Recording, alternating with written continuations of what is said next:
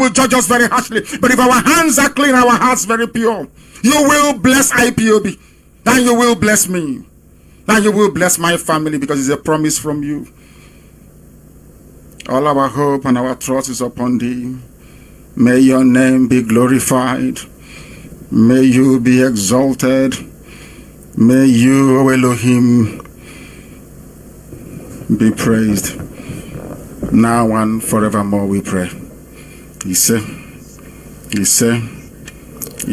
All right, it appears that the person that sent me the clip that I needed to use this morning had deleted it. I don't know why, whatever reason, so I can find it here, unfortunately. All right, but I will still have to continue with our program. I had thought, I listened to it a little bit from Sunrise in London, and it was a nice broadcast, something I thought I was going to use. Unfortunately, I did not move it from where the person sent it to me into my inbox. I left it there, and I've gone back there. It looks like it had been deleted by the same person that sent it. I don't even know why they sent it and then delete it. Doesn't make sense to me at all. But however, this is the Radio Biafra USA too. Like I said, it's wartime radio. We do things, create impromptus and everything, because I had planned that this was the program I was going to run through this morning. Like I said before, I listened to it and I liked the broadcast. And I promised, because the program came in to me at the time where I was closing the program, and the program came in, so I didn't air it. I just listened to it a little bit, and I felt, okay, this is something that I'm going to use for the next day.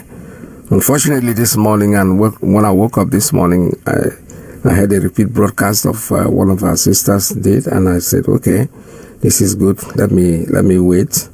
And I gave it a little bit patience, and I waited. But unfortunately for me, I've not been able to get back to that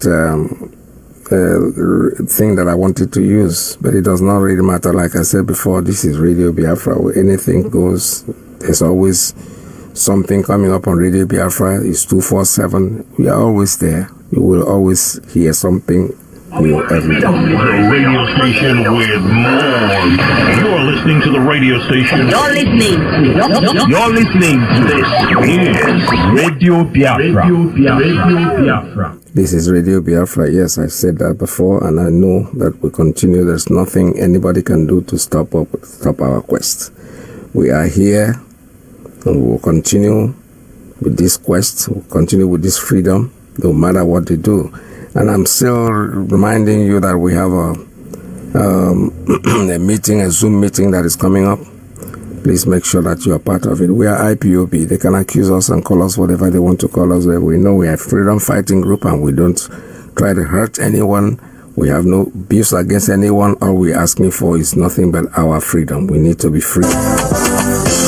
Are we causing death and destruction? No, we are peaceful. Are we causing death and destruction? No, we are peaceful. Do we kill people? No way, no way. We they kill people? No way, no way. Do we kill people? No way, no way. But we are good people. Yeah. Oh yes. Are we a violent group? No. Are we a terrorist group? The answer is no.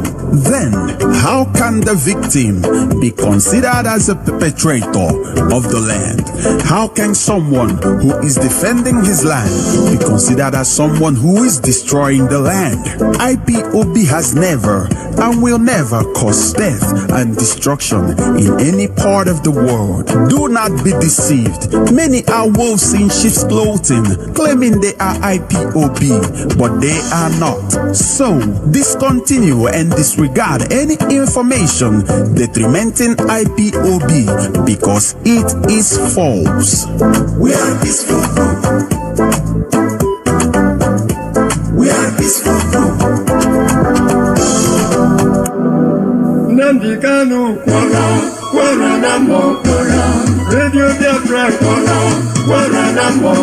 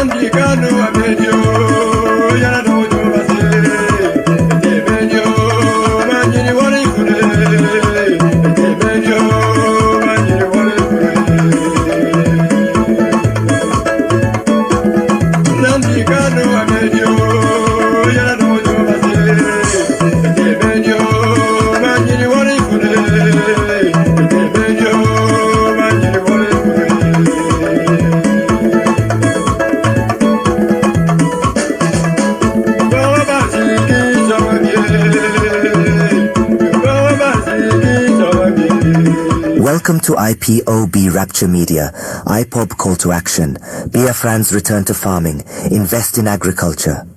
Have you ever paused to question the importance of self-sufficiency in food production, food self-sufficiency, or the ability of a nation to feed its own people from its own resources, plays a pivotal role in securing a country's future. It's more than just filling our bellies.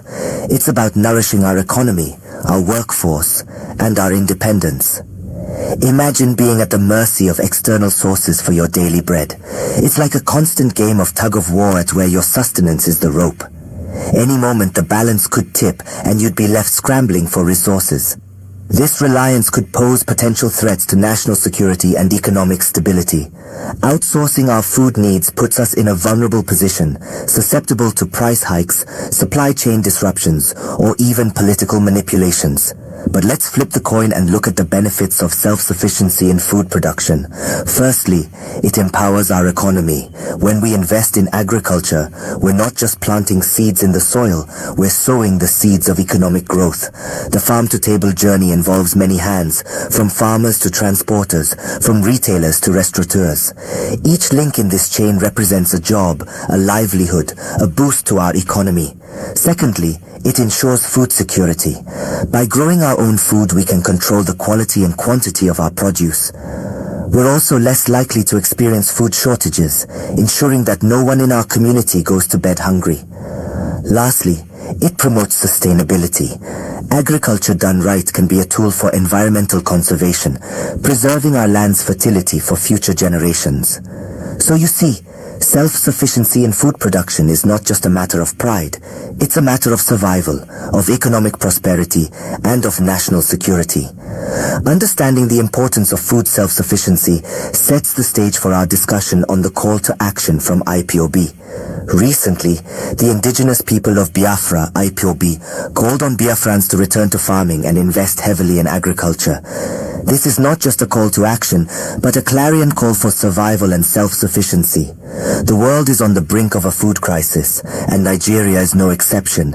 An impending famine looms large, threatening to cast a dark shadow over the land. But here's the thing. Biafrans are not destined to be victims, but victors. IPOB, led by the indomitable Mazi, believes that Biafra has the means and the fertile lands to avert this impending danger.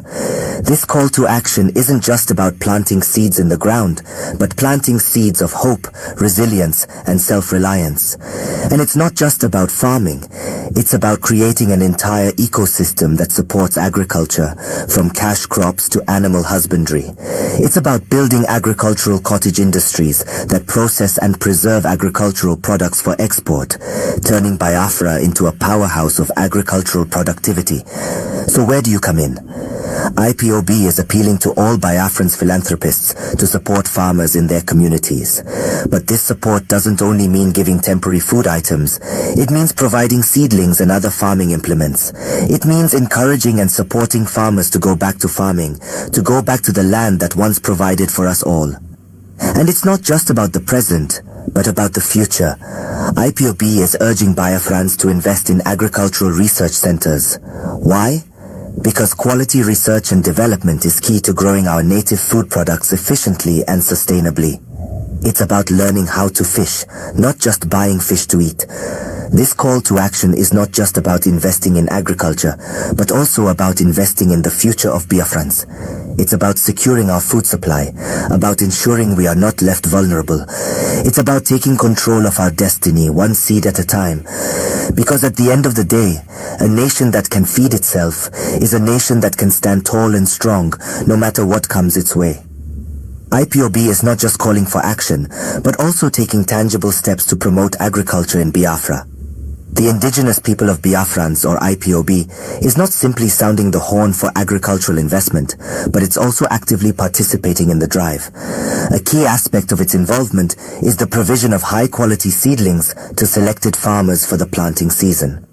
By doing so, IPOB directly incentivizes farming. providing the necessary tools that allow farmers to produce bountiful and healthy crops. But the commitment of IPOB to agriculture doesn't stop at seed distribution.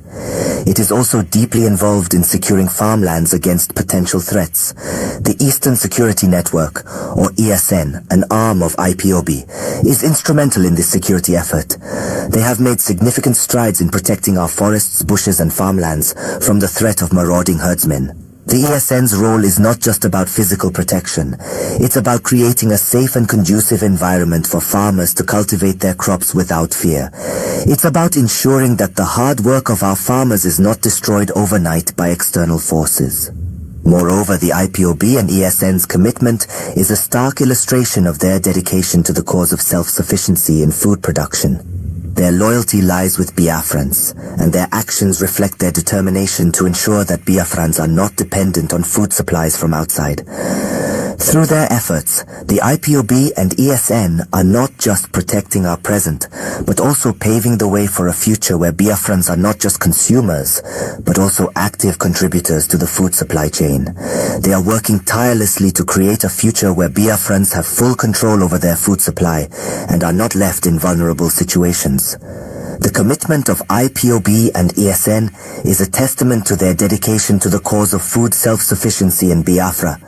Their actions speak volumes about their commitment to Biafrans and to the ideal of a self-sufficient Biafra.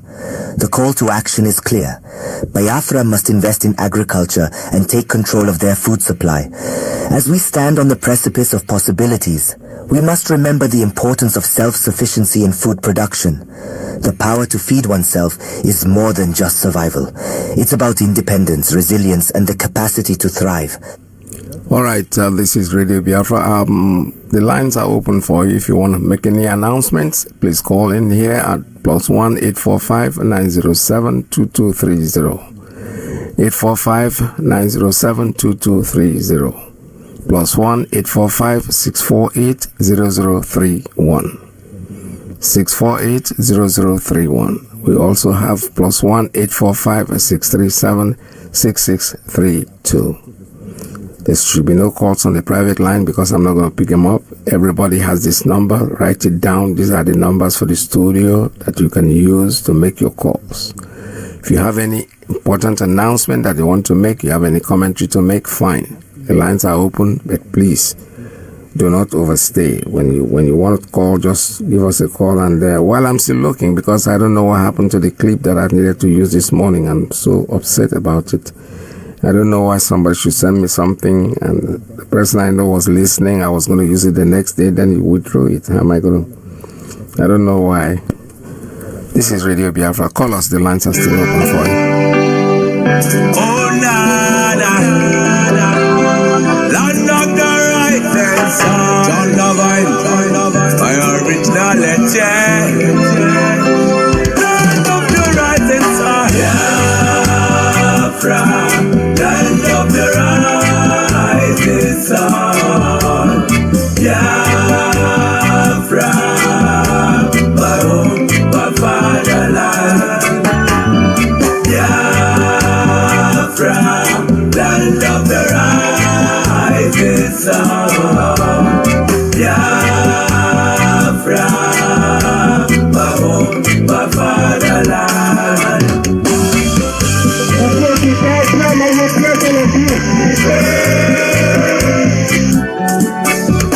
We are children of the Most High, called by the name of God, the Creator.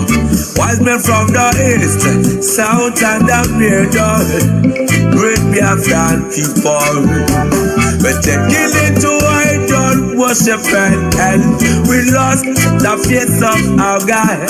And as we wallowed in idol worship, the British entered in, trading on the Niger, exploiting your people, trading by barter. You give me palm oil and take soup, so them entered in. I brought in civilization, not in your religion, and do not matter America, and we embrace them. I never knew them got ulterior motive. With religion splitted us amongst our brethren, with denomination teared us apart. Building churches, schools and hospitals, we'll have on the way out to pay this much to be your place forever. Oh, Lord, so we fought so hard against them systems, fighting against them schisms.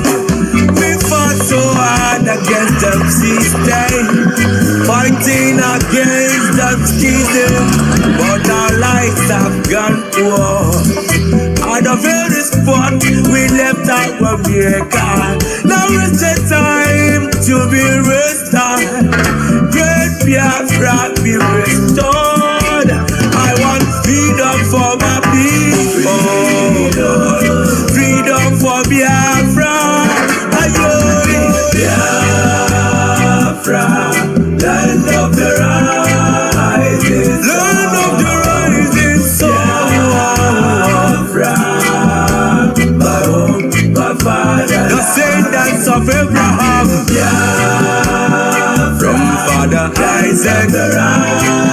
The descendants of Jacob. Biafra is a reality. My fatherland, my original legend. Why are you people lying? Why don't you tell them they want an independent Biafra? Oh, they're fighting for their freedom. So everything you do could have them who asked us to come. Not by our own might, nor power, nor will, but by the grace of the Most High. Back in 1914, amalgamation, colonial masters, criminal master, a mercenary soldier named Frederick Lugar, brought together all them captives, including Jah people, them Yorubas and them Ariwas, and so many other people called us Nigeria, Niger area. Oh, Nigeria, people with different religion, different beliefs, yeah, different in culture and tradition, different language, different in everything, overstanding under reason, forced to coexist together in the plant of confusion. Describe it as oil and the water that can never mix. Planted the cabals, them representatives here in Nigeria, looting all our treasures, colonial external marginalization of them Biafrans. Now is the time for manifestation. Now is the time to be restored. Great Biafra be restored. I want freedom for my people. Freedom for Biafra. Ayoy, Biafra. Land of the rising sun. Biafra. My home, my fatherland. My fatherland. Biafra. Land of the rising sun. Land of the rising sun. Biafra. My home, my fatherland. My originality. Biafra. Land of the rising sun. Land of the rising sun. Biafra. Oh, sweet home, my fatherland. I believe in Biafra.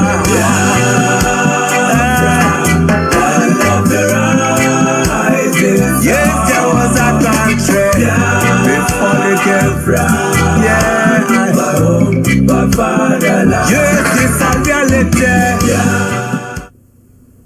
and gentlemen, this is Intervlog. I say this is Intervlog, and I am here once more. I am here because there is one information I have for you. This information is unbelievable. It is the type of information we never expected that we would hear in Africa. But it is happening now. You would be imagining, what am I saying? We have never imagined that there could be a Cold War in Africa, but it is right now happening. There is a big tension among old African leaders over what is happening in Burkina Faso. Since Burkina Faso President Ibrahim Traoré took over on September 2022, he has been bringing war equipment, weapons, all types of ammunition into Burkina Faso. But what he is bringing this year is shaking every African leader. And they are right now panicking among themselves. They don't know the plan of Ibrahim Traoré anymore. This year alone, 2 batches of military equipment, heavy ones. The one that surprised them is the one that happened on 9th April 2024, when Ibrahim Traoré acquired sophisticated Biafra drones from Turkey. On 9th of April 2024, Burkina Faso armed forces received large batch of Turkish Bayraktar drones, government says. Burkina Faso unveiled its new long-range combat drone, Akinci, on April 8, 2024, marking a significant development in its efforts to enhance defense capabilities against regional insurgent groups. The 2 Akinci drones presented to the military during a ceremony presided over by the head of the junta, Captain Ibrahim Traoré, are part of a larger set of Turkish armaments acquired by Burkina Faso, which also includes 5 Bayraktar TB2 drones and a variety of guided and unguided munitions. The introduction of Akinci drones underscores Burkina Faso's increasing reliance on Turkish military products, indicating a shift towards new defense suppliers and partners. This trend suggests a growing prominence of Africa as a potentially lucrative market for Turkish defense companies. With exports of defense and aerospace products to the continent steadily rising. Manufactured by the Turkish defense company Baykar, the Bayraktar Akinci, or Raider in Turkish, is a high-altitude, long-endurance, unmanned combat aerial vehicle, UCAEV, with a maximum takeoff weight exceeding 5.5 tons and a payload of over 1,350 kilograms. The Akinci is equipped with powerful turboprop engines and an extensive array of electronic and communication systems. The Bayraktar TB2 is a tactical combat drone manufactured by Baykar Defense. With a wingspan of 12 meters and a payload of 150 kilos, it is equipped with cameras and sensors for surveillance, reconnaissance, and targeting operations. With a flight endurance of over 24 hours and the capability to carry air-to-ground missiles, the TB2 is effective for border surveillance and domestic security operations. Meaning that Ibrahim Traoré will be monitoring some African countries without them knowing it. This is unbelievable. Not only drones, jet fighters, military tanks, weapons everywhere. And when they thought, it is over. On Thursday, June 6, 2024, Captain Ibrahim Traoré hands over equipment to strengthen the operational capabilities of the fighting forces. The president of Faso, Captain Ibrahim Traoré, handed over a large batch of military and engineering equipment to the defense and security forces. These are armored combat vehicles resistant to improvised explosive devices, weapons, munitions, and military engineering work equipment, including excavators, truck carriers, tanks, which were acquired for continuous reinforcement operational capabilities of the fighting forces on the ground. Take the time necessary to train the crews so that they can be sufficiently well drilled for the effective use of this equipment. Remember that we are in a world of predation, and to have peace, we must wage war. So, wage war, instructed the Supreme Chief of the National Armed Forces, Captain Ibrahim Traore, to the Minister of Defense and Veterans Affairs, Brigadier General Kasum Koulibaly, by handing over the keys to these tactical and combat vehicles. The Minister of Defense expressed the recognition of the fighting forces to the head of state for the efforts made in the acquisition of equipment. According to him, this batch of equipment, which only represents the first delivery of a global order of 4 batches, will make it possible to support field units and military engineering for the fortification of the camps. He indicated that part of the equipment intended for military engineering is already deployed on the ground. Minister Koulibaly reiterated his thanks to the Burkinabe people, who are making significant financial efforts to acquire the equipment which accompanies the reconquest of the national territory. After seeing all this thing happening, ECOWAS, which banned Ibrahim Traore, along with Goita and Chiani, called them back to join ECOWAS. Up to today, Ibrahim Traore has not responded to ECOWAS. The tension and the panic increased. They do not know what Ibrahim Traore and Russia is planning. Most of these leaders that are panicking right now are the corrupt leaders. They are the ones that when they come into office, the first thing they will do is to approve SUV for every governor, every minister, every lawmaker, every senator. These are the ones that have been misusing their country's economies. And Ibrahim Traore is against this action. He is the only leader in Africa that never approved the use of SUV in Africa. And anybody who is going to work with him must use his own vehicle to come to work. Instead of misusing the money to buy Toyota Land Cruiser SUV, Ibrahim Traore used the money to buy tractors and employ people. All these old leaders who have been criticizing Ibrahim Traore but had used their country's money to go to Japan to buy Toyota Land Cruiser SUV are now panicking because they have found out there is one thing different between them, and that thing is mismanagement of public fund. Now, they don't know his action. Well, and this is the reason I have always said, the clear conscience fears no accusation. These leaders who have used their country's money to go to Japan to acquire Toyota Land Cruiser SUV. Some of them have bought up to 1,000 pieces just to make sure that they enjoy in their office why the masses are suffering. All these leaders, they have guilty conscience inside them, and that is the reason they are now panicking. Had it been that these leaders are completely clean, would they be afraid? Of course no. The reason they are afraid is because they know they are corrupt. And the weapon coming into Burkina Faso is now making them to be afraid. Because they don't know what this young leader is going to do.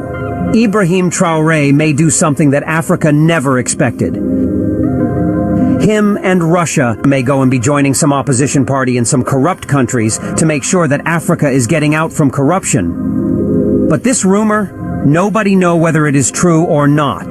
The only thing everybody is aware of is that the number of ammunitions coming in to Burkina Faso. It's unbelievable. And African leaders never seen anything like that before. As I'm talking to you right now, there is a drone in West Africa owned by Ibrahim Traore. Latest Biafra Turkish drone hovering in West Africa.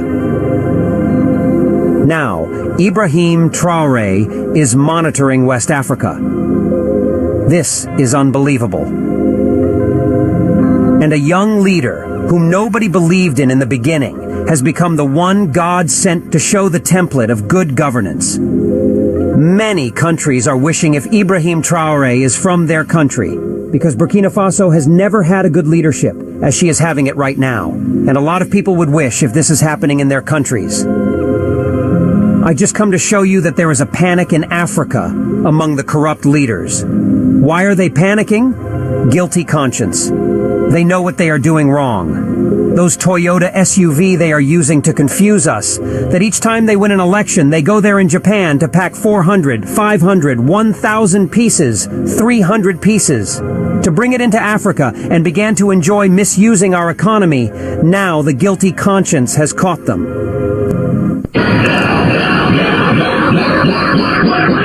Why? All we want is freedom. The radio station with more. You're listening to the radio station. You're listening to This is Radio Biafra. We give every praise, every honor, every adoration. We have come before thee humbly to submit ourselves before your throne of grace, that you may have mercy and pity upon your children who are being ravaged by hunger, that you may have pity upon us. Those of us who are being lied to persistently on a regular basis, that you may have pity upon us. Those who are suffering, those who are sick, those who are diseased right around the world, that you may bring your comforting hand upon them. For those that have passed, O Heavenly Father, that you may comfort their families, that you may comfort them, that your grace, O Heavenly Father, may abide. All right, I still have the announcement to make about the meeting that is coming up, a Zoom meeting. It's from the IPOB New York general meeting. Everybody has to be there, and that is happening. And the announcement here is that this meeting will hold. Let me give you the exact date. It's holding here on, 22nd. Yeah, June 22nd. The meeting takes off at 7 p.m. Central Time. The U.S. is a Zoom meeting. It's not a general. It's not a meeting that you gather together, but you go on the Zoom. All you need to do is just log in. But if you want to use the ID number, I'll give it to you. Meeting ID number is 813-05-02-5144.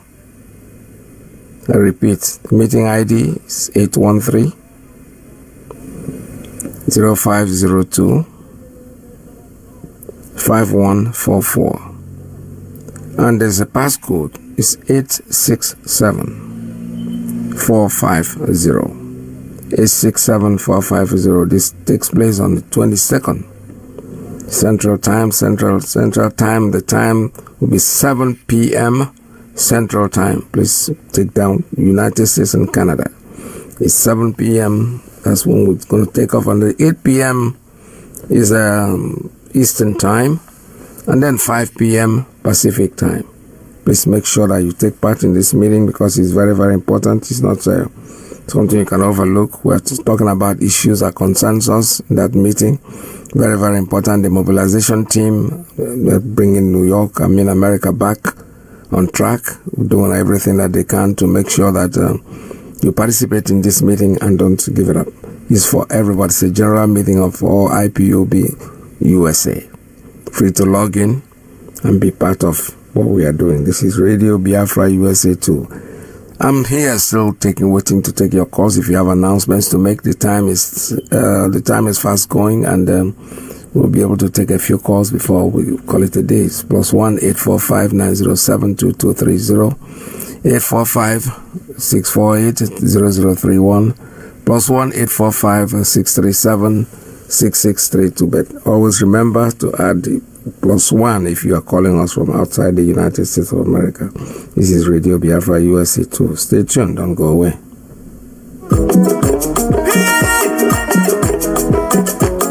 They call me the prince, I don't come again, you know. And the tones, the big lord. Oh, promise of the success. Oh, why you back? And the microphone.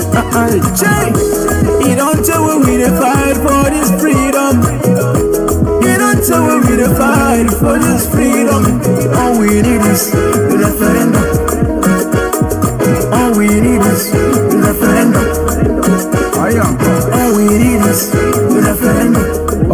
good morning. Tell us your name and where you're calling from. Mazi, Alozie, good morning, sir. This is, I don't really have much, just something I just want to point out. Calling from Georgia. Yeah, so, Mazi, I wanted to talk about, what's the Vanguard and the Punch or whatever they're reporting. Remember when our leader once said that pay the Nigerian Zoo paper well, or pay them money or whatever, and they will report the goodness of Satan. That's exactly what's going on with the Vanguard and the Punch. What is going on with their fake, adulterated fake news? Yes. Saying what Mazi can never said. Everything about the zoo, that zoological republic is all about fake and lies. And that is why they are going down every day. The country is going down from 83 trillion to 122 trillion. That's what they own right now. Yes. Everything is sinking and sinking and sinking. And it's Nigeria is irredeemable. I don't know why people cannot come clean and say, you know what, let us break this and let everyone go answer their father's name. I don't know why it's so difficult for them to come out and just say it. I was just watching on the news just a few minutes ago what this guy Maibu posted. A truck carrying a full load of cows broke down. I think that, I don't know where it is. It looks like it's in the north because I can see them with their tires. Broke down. Everybody rushed in and started taking out the cows, taking out the parts that has been cut. They cut the parts and they've not even roasted the head. They've not even roasted. They still have the what's the name, the hairs or whatever. They have not roasted it. They were picking it and started running away. That is to tell you how the hunger, the starvation, and how bad Nigeria has gotten. And they're still trying to, they don't want to come out and say, let us break this country and make it so everybody can go their separate ways. They're still patching it and patching it. I wonder how long they're going to patch it for. But the truth remains is at the end of the day, this thing they refuse to talk about is what's going to happen. What is that? The division of Nigeria. Yes. Now, they're talking about, also at the same time, they're talking about negotiation. I'm like, what is this negotiation they're talking about? Are you not supposed to, first of all, you extraordinary rendition, you kidnap somebody and the extraordinary rendition, the person from Kenya. You kept him in your dungeon, in your DSS dungeon. Your court has said this man is not guilty, he has been discharged and acquitted. Why are you still holding him? Are you still talking about negotiation? Yes. Aren't you supposed to release this man first? And then when you release him, set him free, then you come to a negotiation table and then we'll talk about it. Well, I don't understand. Listen, you know, sure, the man in Nigeria, you should get a They're mad. Huh? Honestly. Mazi, that's what I wanted to contribute to. Thank you, sir. All right. Thank you so much for your call. This is Radio Biafra USA 2. Yes, now that he spoke about the Punch newspaper and the rest of them, I think they have been given an ultimatum. Our lawyer have written to them to retract what they are saying because these people, they have no shame. The way they lie. The world has moved on. They have to understand that this is not the time of Okonkwo Adigwe. We have gone past that. If you think you can go out there and write whatever you want, somebody's going to take you to court to come there and prove yourself. Yeah, well, lawyer wrote it later, and I think I'm going to read it out for you, giving them 12 hours to retrieve what they have said because they lied.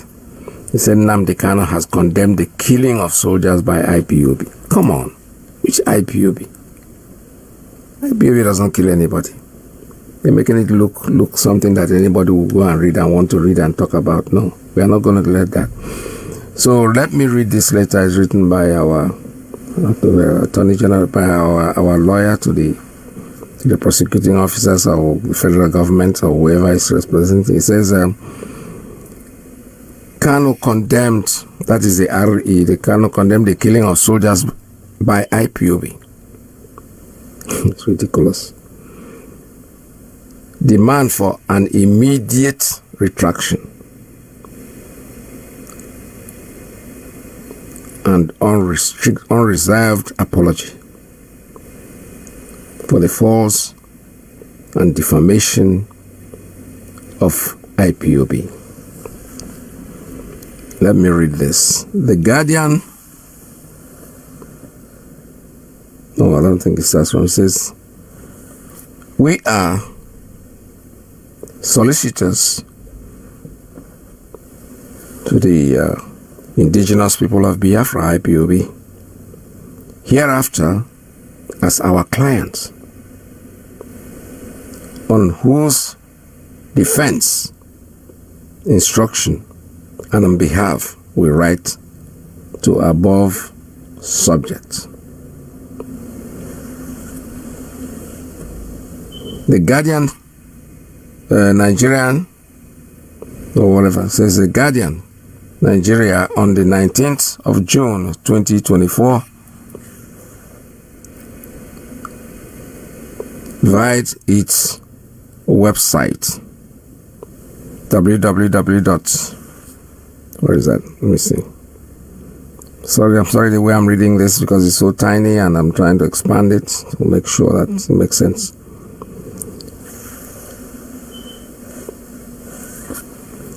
All right, the Guardian Nigeria on the 19th of June, via its website www.guardian.com,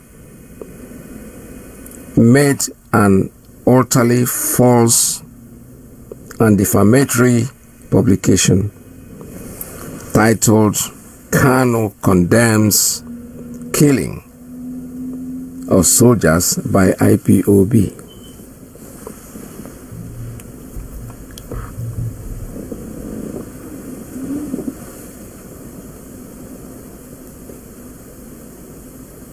Okay, let me see. I'm still trying to, still struggling with it to make sure that it all covers up. Okay, let me see. Let me go this way.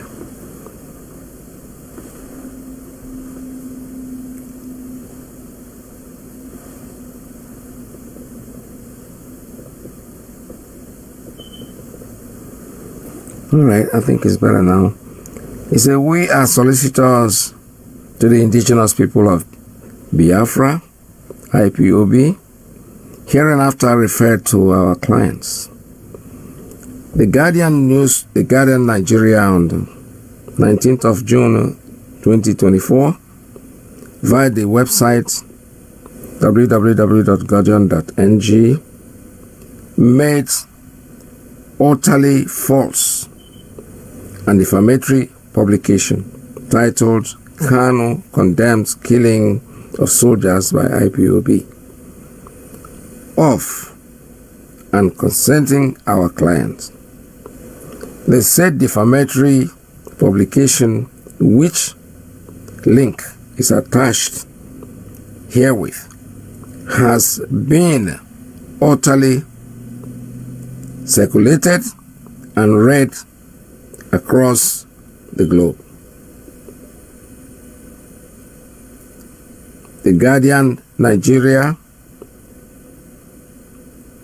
and the author of the defamatory publication, one James Agbarebi, stated as follows: leader of the indigenous people of Biafra, IPOB, Mazi Kanu, has condemned the killing of soldiers by the group and the Eastern Security Network, ESN. All right, this is, I think, they now are sending them a letter, giving them 12 hours to retrieve it, or they will face prosecution. It's as simple as that. There are no two ways about it. These people have to realize, I have said it before, that time has gone when you have to open up and just say whatever you want to say about somebody without expecting that person to take it to court. Of course, IPOB, we have lawyers, we have people working for us, because you can't just come out. In fact, it doesn't even end with this. All those people that keep saying prescribe, they need to be taken to court also, for them to go there and retrieve.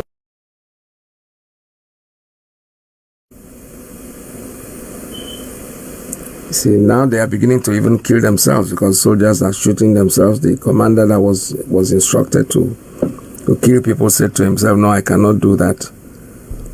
Took his own life rather, without leaving a note, but that was stupid anyway to take his life. He could have used that same gun that he used to take his life, given them the opportunity to shoot him by shooting them. Kill as many of them as you can, then they will shoot you. You don't take a gun and take your own life. You are foolish. You're not making any sense. Because you have been defeated twice. That's what it is.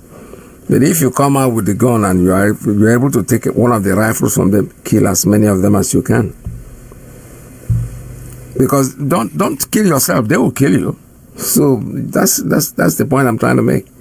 You are being foolish by turning a gun against yourself and taking off your life. No, it's not worth it. You're not supposed to do that. All right, Cyril, like I said, I'm having difficulty in reading this. This article is so tiny that I try to see. I wish I was in front of the computer. The 6 soldiers came under attack. What is that? This is another thing. It's not all joined up. It's like a middle of a story that I'm taking. I'm not able to read the whole thing, but I will still try to see if I can. All right, let me take a call before I continue. Caller, good morning. Tell us your name and where you're calling from. Yeah, Mazi, good afternoon. A very quick one, Mazi. Thanks for having me. Mazi, do you see what you read right now? Do you see how this Gotham media called the journalists, what they are doing? Yeah. Mazi, you see, we have to take this thing serious. The same thing they did when this experiment, I'm sorry to use this thing, when the experiment happened, Daily Post always, when experiment say anything wrong, they will just put it and publish it. Do you hear what you read right now, Mazi? Do you think that we are going to sleep for what? I want our leader, I want US to talk. I mean, we have to. Not only talk. They give them 12 hours to retreat or to correct what they said. But now, they're purposely doing this thing. Yeah. I don't see a reason why that the owner of this is this Daily Times or Guidance. You are invite or your employee are bringing fake news. And you still allowing him to remain in your destiny, working with you. Now, with this thing, we have to put him back on these people. Our leader has said it, but again, we don't follow it up. We have to put him back on this fake news, total media, what they have been doing with us. You see everything he published now, everybody have been reading it. Yeah. You hear what he said? That Nnamdi Kanu have condemned the killing of Annie, IPO, the killing of Annie and ESL. Can you imagine that? This is how these people roll. They always find a fake news, bring it to the people to read, to believe that it's true, which is not true. Now, I think we are waiting for our leaders. They have to comment on this. We have to do serious attack on these people. We have to push them back on them because enough is enough. What is all this? How can these people demoralize us anyhow they like? They can talk shit on us. Now, we can't take it anymore. Now, that's number one. Before I drop, yesterday, I think they played interview our brother, Mazi Alozie, interview our barristers. Yesterday, and they mentioned one thing. They said that the DSS don't have right to keep anybody in their custody. They don't have right to hold Nnamdi Kanu for more than as long as, because I think government have that's why they build a place where you can keep somebody that you suspect. Yep. Why DSS holding Nnamdi Kanu on their own premises, on their own way? Because Nigeria is a lawless nation. Imagine this. Yeah. How can you hold somebody out of the law? You say you are a lawmaker, you are making law, you are doing this, and you hold somebody, you put in your own way. Don't forget about what the law says. What is all this? And now I hear our lawyer says that they try to sentence Nnamdi Kanu even one day. And my question is this. Nnamdi Kanu been in the DSS custody now 3 years. Is it not enough sentence? What sentence again they are looking for? 3 years. For solitary confinement for 3 years. And you are still looking to sentence him. Why are you going to sentence him again? When you hold somebody incommunicado for 3 good years and you are looking to sentence him, the intimidation is enough. Yes. What is all this? Fulani believe that country belongs to them. They can do anything they like. Nobody will question them. Nobody will do anything. That the power belongs to them. You see, that is how Fulani is.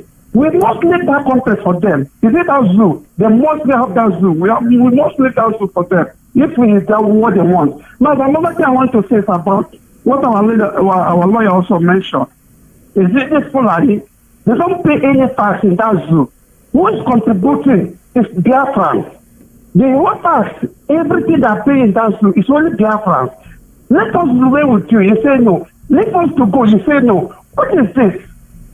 Man, we must leave that country as soon as possible. Man, that's what I want to say. Yes, thanks for having me, and God bless you. Thank you. God bless you. So thank you so much. All right, this is Radio Biafra. We'll get another call coming in. Caller, good morning. Tell us your name. Okay, if you hang up, call us back. All right, the article I was trying to read, it says the 6 soldiers, this is a quote, the 6 soldiers came under attack by IPOB group.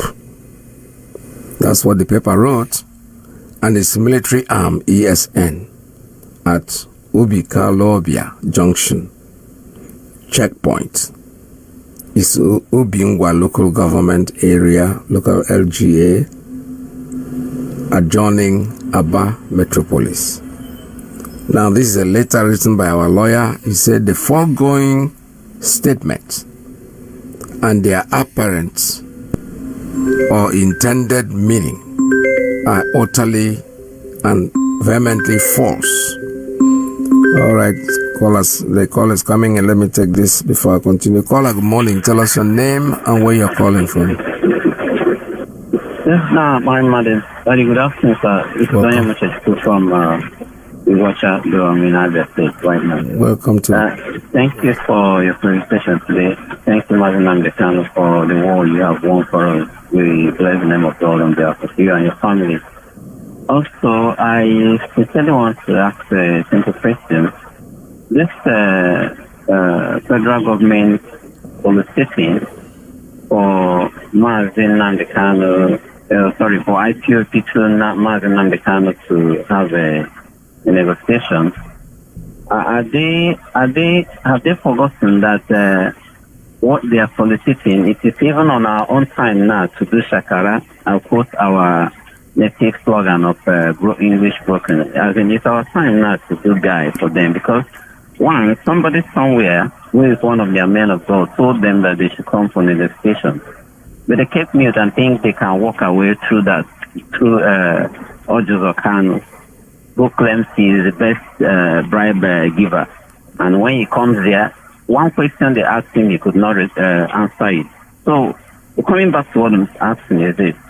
In as much as they are thinking they can come in for soliciting for negotiation, is it not good they come out open than turn it around? Because at this moment, we have the knife, we have the yam. We can decide that we don't even need a referendum, because if you think of it, none of our elders then were consulted when they amalgamated Nigeria. So if we have given them option right from 2 years back that we need the referendum, they should come up open than turning it around through their media and all their sorts of carrying fake information that we are the one looking for this. Because a time is coming when we will come out fully and answer these terrorists that they are calling us all this time. Because it's not a welcoming one that one useless idiot, elite and chancellors of the universities and whoever Cambridge they went to, will allow these people to be talking, and they think that it's all about, in quote, IPOBs who are touts. We are not touts. We are just representing them because they are the ones that are touts, to quote, who cannot sit up and fight for their rights. So let them not push us to tell them that we need no referendum again to go, because it's not even legal for us to go with referendum. I don't know if I'm making sense, but this is the rightful thing they need to acknowledge on their own side. We don't need referendum, except it pleases the whole entire IPOB or Biafrans all over the world that we need referendum. Without that, they should know that we don't need it. Thank you. So let me submit my work now. Yeah. Thank you so much. All right. Thank you very much. Thank you so very much. This is Radio Biafra USA 2. I'm still reading up what our lawyer wrote about the defamation, the false publication by Guardian newspaper. They said here, we have our client's firm instruction to demand as follows. This is what we're asking them to do. Say, number one, that you immediately pull down the defamatory and false publication for the from your website, www.guardian.ng, and publish a full and immediate retraction of the utterly false and frivolous publication made on the 19th of June 2024 within 12 hours from the receipt of this letter. What we will demand is that we, the members of the indigenous people of Biafra, we want to know the outcome. Did they comply? Because we want to know, we want to be on the know. Since they want fire for fire, we know how to handle it. But we want to know whether they have retrieved it or not, or whether it is still there. I don't go to their website, but I won't have time to do that. But whoever wants to go there and find out, and you think they have retrieved it, call the radio station and let us know. And you got to tell us your name anyway, because anybody can go there and come, oh, okay, I went there and no. If you went there and you see that they have retrieved it, let us know. That you publish and express unambiguous and unqualified apology to our clients via the same Guardian, the same website.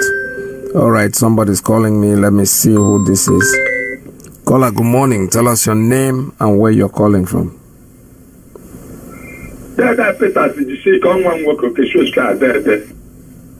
Welcome to the program. Anywhere you do, Peter still working. This Biafra restoration, Biafra all over the world. We think that it's not reality. It's reality. It's reality. The earlier all of us will be Biafrans understand that if we lose this opportunity, Peter still will work. I know that there know one day we get away. Our ancestors have come and after. Can't teach English, can't teach business, can't teach anything. Where pray Nanta no my imus. Nala. Neluwa or this thing. And the dead Peter in America. In America, what? America, what? It's all of the broken. What you need is represent that our leaders is that Peter, okay, says God. So I never in my life will I sell myself. I sell my papa now. That's from Mama. And I was joking. I have an email. Then I try to change and dance. And I read the question to work. And I see that can I could get a regular. What are the not the kind of Soraka for? Who come on? I saw Panama. Dirty. That appetite to see what can happen. Can I message the Biafra PhD? The message. Now let's let them okay, we can handle all of them. They will understand that our leaders' life is important to Connect more than all of them. And my heart says that I'm the kind of very much. God, I said that I'm the kind of all the time we're doing something. That's your time to me. Also, how could she meet her? I'm selling all my properties to make sure that I'm here. I can never come down of your son of Laleque. Or can just go to me. Dad and I leave. Emmanuel, what Dad and I leave. I will do that. That's what I say. That is the kind of man from Yamana Son FM, Real FM. I go Yamanil. When I know Yamatas, come out and I know Ganeme. I will guide you. I can't pray on my eye with what I will. When I need this, then you go where you're back. What type of message is this?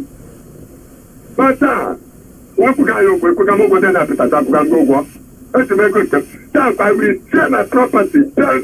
I'll put my gun of check and I will go. Let's get our warrior back and our land back and our good. But I say, take English here and go. Pretend I do. Then I put that America with the room. What can I have that right? America. Come and say, bring our leader out. And they return your name. America, do. Come on, ever. What did I say that it is? Then I put that on that is 7 hours to find out. Not the man who to go for that. It's okay. We work at the get someone now. Don't go here. Because only that I think. Enough. Then I think I don't know what it's good. And then it's any day we decide to go violent, we will set the word. Thank you. And the world will understand. No. And then careful, yeah. Hey, you must have been down back at that. All I would just open through it. Up all that's because they let us say, oh, no, I would. All right, thank you very much. I'm sorry the line just went off. This is Radio Biafra USA too. So what I was talking to you about the letter written by our lawyer to this Guardian newspaper, he says, take note that if at the end of 12 hours from the time of receipt of this letter, which shall be served on you via your Facebook and your X. All right, let me see. Let me take this call because I think somebody has an announcement to make. Caller, good morning. Tell us your name and where you're calling from. Good morning, Mr. Ike Peters. My name is Desert Warrior. I'm calling from Brooklyn, New York. Desert Warrior is from Iyke. It is in Nsukka province, Enugu, Biafra land. Ike Peters, please, I want you to help me, to permit me to make this announcement. Yes. The IBOB USA Mobilized Community is coming to address the New York family IBOB tomorrow, and the time is 8 p.m. It is going to be a Zoom meeting, and I want every member of the IBOB family in New York to make sure they log in and be present on that meeting, because what we are going to discuss is very important. I also placed the information on the Zoom login in our platform, IBOB Brooklyn, New York. So every member must have to come. And we're also having our unit meeting on Sunday by 5 p.m. After that meeting tomorrow, the next one on Sunday, we are still going to have our unit meeting on Sunday. And then I am urging every member to make sure that they come up with their ESN money and their monthly dues. If you know that you have not paid your ESN money and your monthly dues for last month and this month, please, we want you to bring it up, because we cannot leave this burden behind. We must all continue to fight this battle. It is not yet ending. If we lose this battle, all of us is a goner. So no going back. It is forward ever, backward never. Ike Peters, I thank you for everything you are doing for this struggle. May God Chukwu Kikabiama Agozike. Thank you, sir. Yeah, Ike Peters, there is one Ibrahim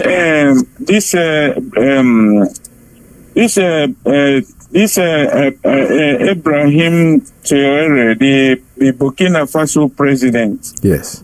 That tape you played is very, very encouraging. Yes. And I would want that man, if he is listening to Radio Biafra, after buying this, equipping his country militarily, he will also, I want him to build up a jail. The next thing he's going to do is to build up jail, where he is going to dump all these African leaders inside the jail. He's going to be picking all of them one by one and put them, all of them, in that cage. And he would start from Nigeria. Nigeria, where a senator is receiving 2 million in a month, 1 million for wardrobe allowance, 1 million for phone call allowance, 3 million for traveling allowance. Only a senator. And every citizen of Nigeria is dying of hunger. and nobody is checkmating them. And then they have the right to do everything they want to do. If you talk, then they will come and shoot you. If you talk, they will send the soldiers to come and shoot you. Igbo adage said what? Mirina ma uhu. Mirina ma uhu. Ona ma kunye. Yep. Look at the Yoruba media twisting what our leader said. It is all of us inside that. We are the ones spoiling everything for ourselves.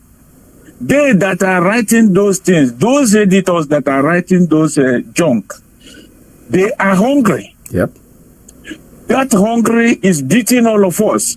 But one single man that come out to liberate you from that kind of suffering, then you are writing mess and junks over there. That is the adage that I say that Mirina ma uhu. Yes. If that if the master of a slave send him outside to go and walk in the rain, the master himself must be in the rain to supervise the slave. So I don't know why we come from that part of the world in Nigeria. But it's only God that will help us. That's right. Thank you, my brother. And keep on your good work. We bless you in abundance. See? Thank you. All right, thank you very much. This is Radio Biafra USA too. You know, the point is that it's very funny. Like I said, I describe them as a crab. Iman Shiko. A crab basket. You know, these fishermen that go to get crab and they have baskets where they put them. And there are the ones that are below. And the ones on top are trying to escape. The ones below will drag them down and say, come, let us all be here. These are a bunch of idiots that are writing. Probably 5,000 naira, he will sell his conscience. Sometimes he blame politicians and I say to myself, no. We are the cause of all this nonsense. I was listening that what my brother was just saying about senators earning this kind of money. And I heard something, but I don't want to believe it because, you know, social media, anything can go. I can't believe that somebody is earning 600 and something a month just for a houseboy that he doesn't have. Wardrobe allowance, newspaper allowance. He cannot buy his paper himself. Probably will pay somebody to be reading the paper for him. These things might be true, they might not be true. But I'm not dwelling on it because the reason why I'm not dwelling on it is that the man that is out there, your consciousness brings in who is ruling you. If you see evil and you don't talk about it, you are attracting evil to yourself. You think that because it's good for you, the other man is hungry, you are better off. You are an idiot. You are not. You are not. You are just total lunatic. You don't really know what you're doing. You sit down there and be collecting all this money, grabbing all this money. And meanwhile, your family is in disarray. You probably have one crazy daughter who is even doing hookup with all that money that you have. If he doesn't take money from people, he gives people. Don't you know that women that go out there and spend money on men? Don't you know that? Because the money is not properly earned. That's not what we're talking about. What we're talking about is that country called Nigeria can never, ever, ever, ever work. Our generations will come and go.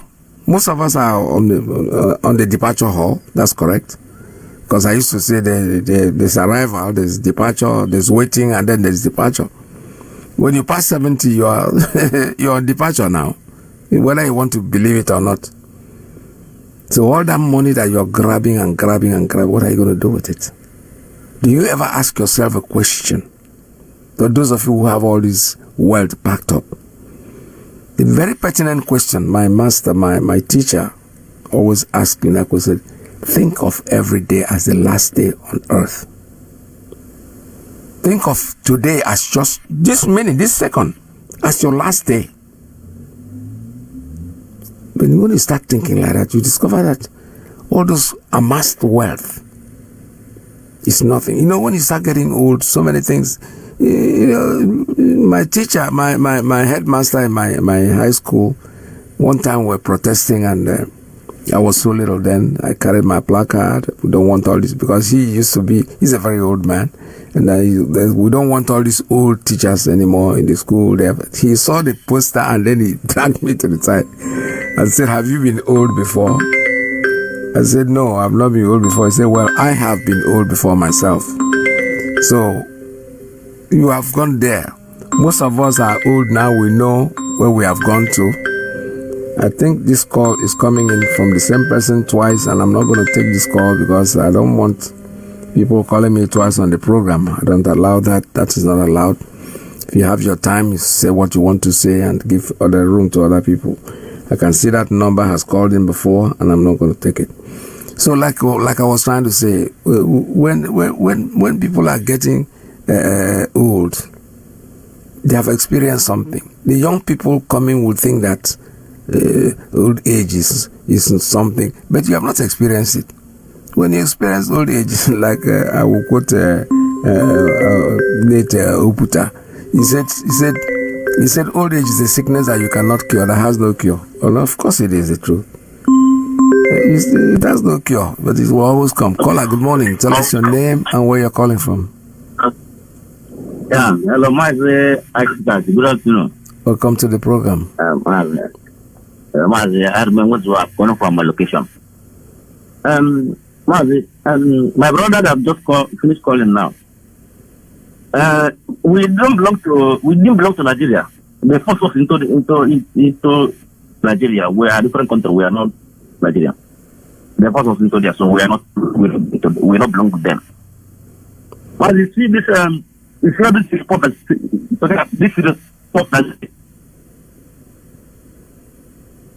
well, that report is one is saying you are breaking. We don't understand what you're saying. I don't know what you're saying. Okay. Is it clear now? Is it very clear? Yes, go ahead, sir. Is it clear? Okay, yeah. So I want to say that the report is not complete. The report is not complete. It's not only that they lied that our leader said he condemned IPOB killings by IPOB. It's not only they lie on that, they also lie that our leader is the one begging for negotiation with the federal government.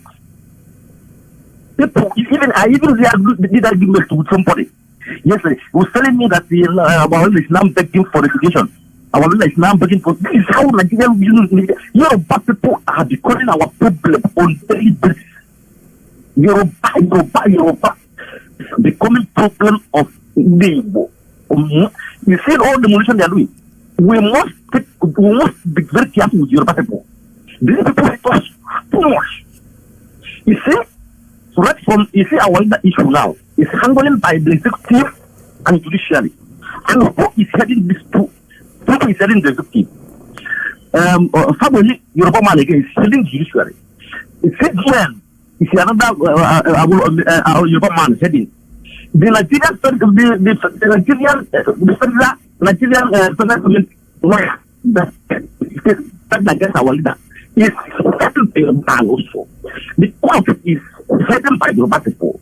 The president is headed by Yoruba people. They are holding our leader. Yoruba people are holding our leader. Whoever they say, them or we don't care. Yoruba people are holding our leader.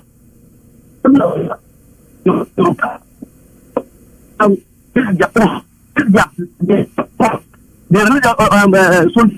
release their almost so they even release leader, which is Bello Job. They go and they release him also. But our leader, they couldn't release. The union call himself with AGF. Said our leader case. Where is the other case? Where is the body case? And when the case is in the court, so the other people case is in the position. This one thing. Because our problem, woman, you see what they are doing. The other day, I was listening to for their CBC this thing. That one was saying that you want to support the release of our leader, but there must be an agreement that our leader must drop his arm, drop his gun against the government. And now I try.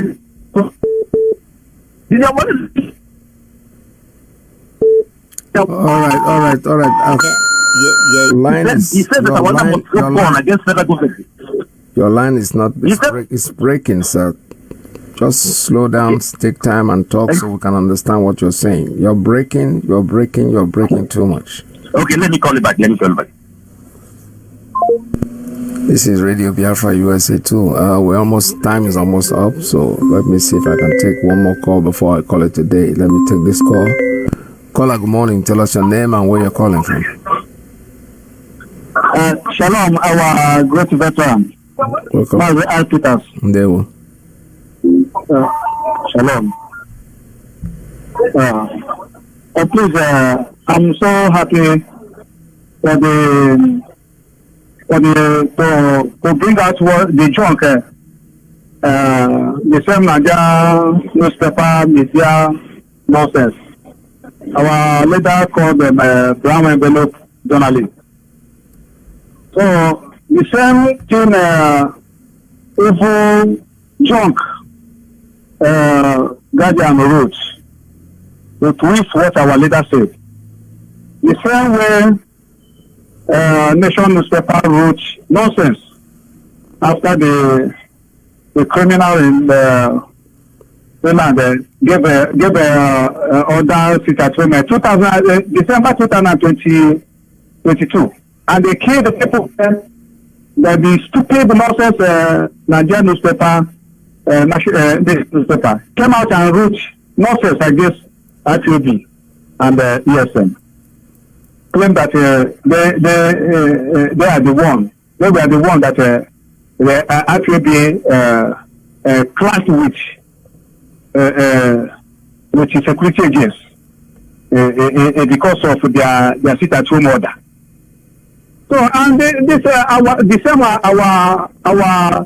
our lawyer, Barrister Joffo, the same person that he came out and asked them to apologize publicly to IPOB for that nonsense they wrote.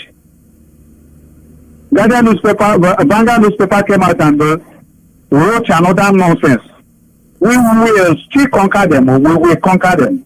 We thank God for our able lawyers, more especially our lawyer, Barrister Ejoko. We really appreciate all their efforts, all everything they are doing for this our struggle. So we must win. We must. Elohim is with us. Elohim is with our leader, Mazi and DOS. Shalom. Ndewo. Our able veteran. Thank you, sir. Ndewo, thank you very much. This is Radio Biafra. I think the apology letter is what we are expecting them to write. And I don't even think we need apology. I think we need to take this photo to court. Let's give them IPOB treatment. First of all, because if they are online anyway. Because if it is when they were printing papers to come and distribute in our region, we will not let them sell one single paper in Biafra land. If they carry them to Biafra land, they will carry it back to from where they came from. Because this is getting too much. They lie. The kind of lie that they tell is unprecedented. First of all, soldiers were killed. Nobody's saying that's okay. But who killed them? How do you know that it was IPOB? You told us in your report that these people were fully masked. You could not identify them. Then all of a sudden it's IPOB and ESN. That's not going to happen. We will not let it happen. This caller that is calling right now, I don't want to take calls. Anyway, let me just give you 2 minutes. I don't know who it is, but 2 minutes, please. We don't have any more time left. Hello, Mazi. Go ahead. Hello? Yes, go ahead. Just okay, round it up. We don't have time. Time is gone. All right, okay. I mean, I was saying that we must be very careful, and we must be very, very careful with Yoruba media. We must pursue it from Obama to Mumbai because they are carrying force, so much force media war against the Igbos, against us. We must follow this from Bomba to Bomba.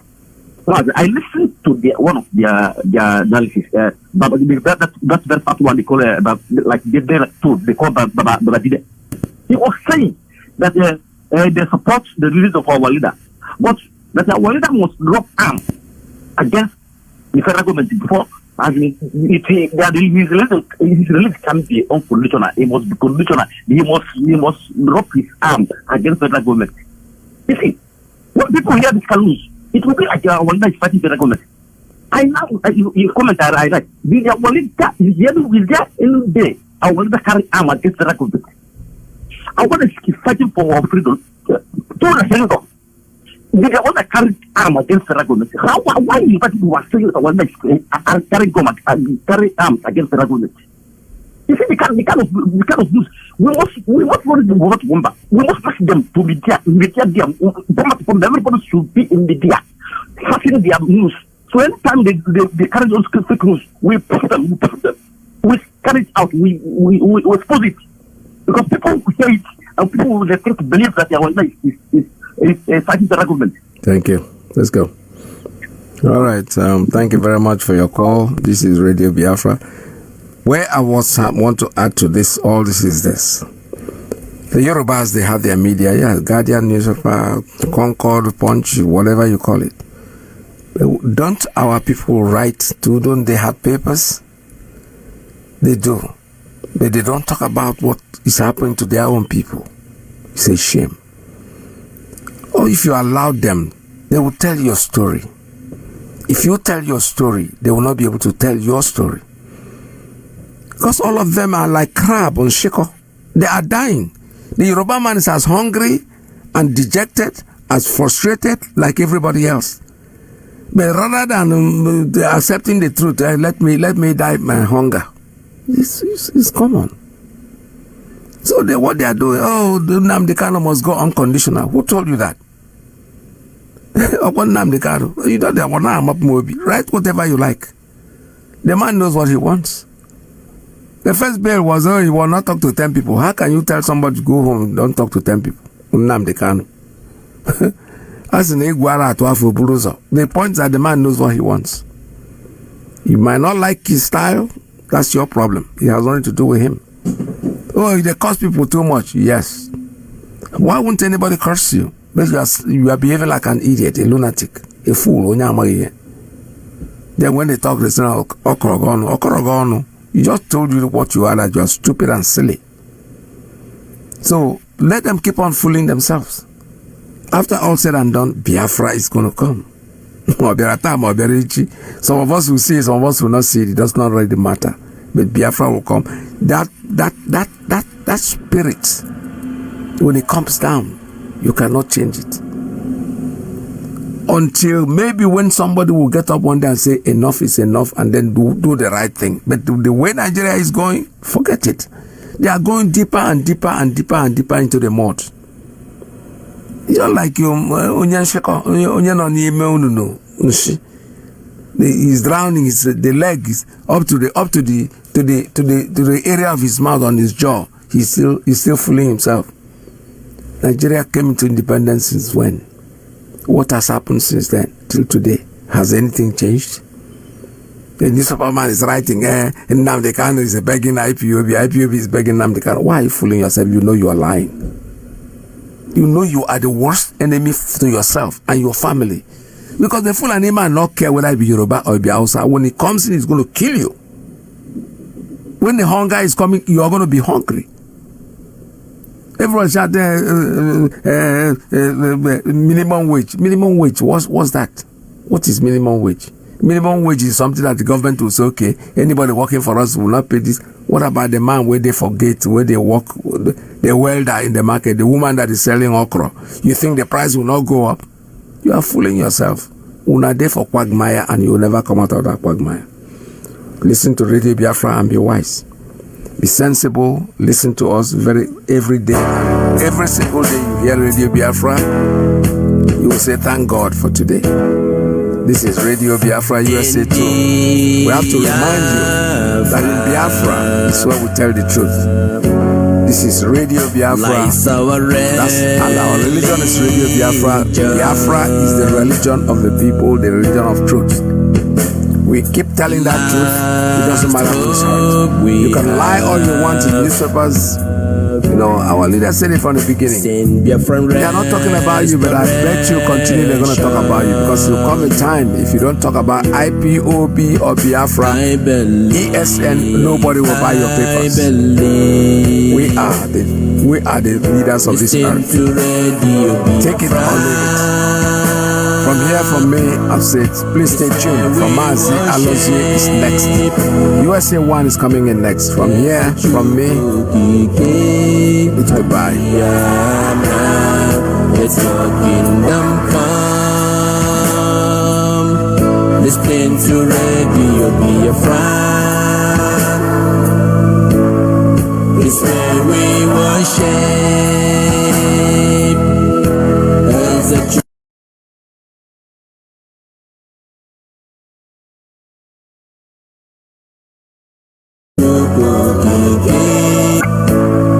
It's where we worship as a true.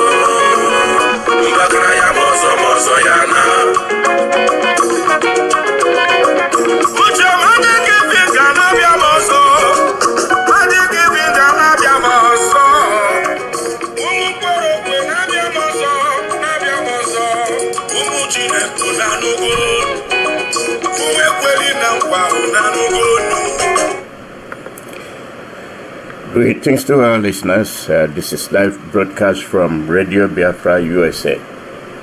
Our parent station is Radio Biafra London, and we have IPOB Community Radio app directed by our leader, His Excellency Mazi Okuchukwukan. My name is Mazi Alozie. Today is June the 21st, 2024.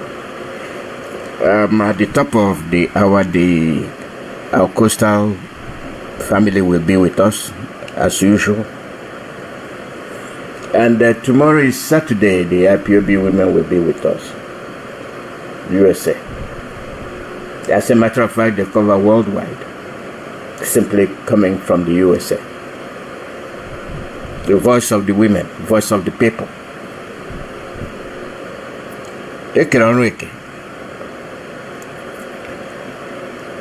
As we proceed today,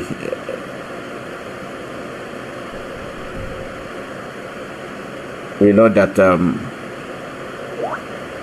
we are Biafrans. Radio Biafra is for Biafrans and the world. Media It's a way of disseminating information, sending information out to everybody. Biafrans are lagging. We fought 1967, 1968, 1969, and it ended 1970. We were blanketed with media, lies from the British Broadcasting Corporation, which we call bullshit Broadcasting Corporation. They were adored. Foreign news, Radio France, Paris, they were adored because of the mental state we find ourselves. We believe whatever proceeded from their mouth is the truth. But that was farthest from the truth.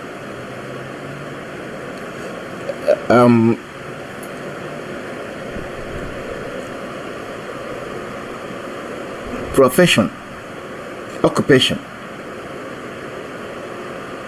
has a lot to do with how you turn out. They lied on us. They told the world what wasn't the truth. Today is June 21, 2024. Biafrans, do you still want people to tell your stories? Do you still want people to lie? As they lie on you, they justify their killing you, your family, and your relatives. We try not to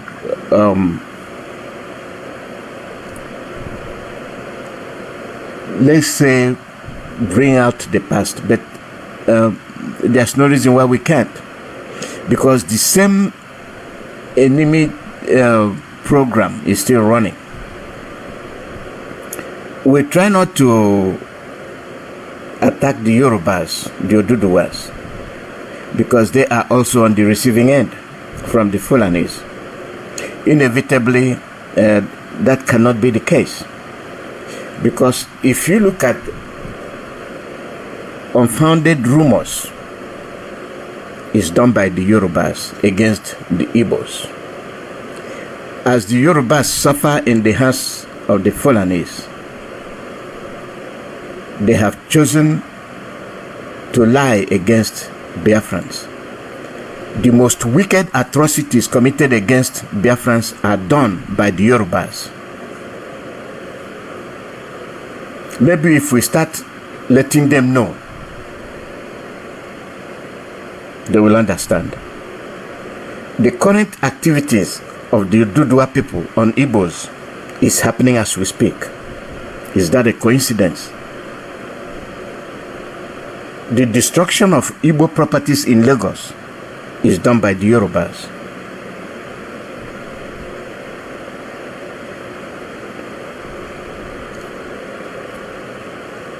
Killing of Ndi Igbo during the war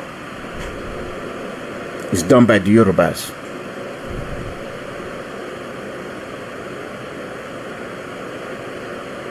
The actual wicked killing of Ndi Igbo done by the Yorubas. You remember the story of Matthias Kanu, who was the officer, a Yoruba officer.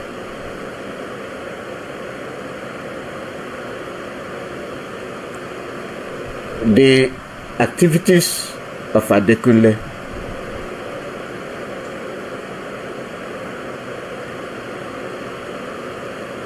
exemplifies what we were saying. Wickedness. We try not to go there. By getting this idea of ceasefire wrong. We on this side, at least, were honorable enough to observe it. But are the rebels actually observing it? I'll tell you one thing, that for the past 24 hours, the rebels have actually intensified their attacks on all fronts. And the sponsor, those who actually, like Britain, that has come out to say they're requesting for the ceasefire, I don't think actually that they understand what the rebels are, or even their ideas or their mood of thinking. If they do, they should have appealed also to the rebels to do it. And it's just cockeyed really, running from post to pillar, asking us to have a ceasefire. Experience that actually taught us that it's just nonsense. But I blame no other nation for this nonsense but Britain. Now, when we had this Addis Ababa conference, the peace talk, the rebels agreed that they were going to have a ceasefire. But how far did they observe it? The attack on that particular day, throughout the period of the conference, was rather very heavy.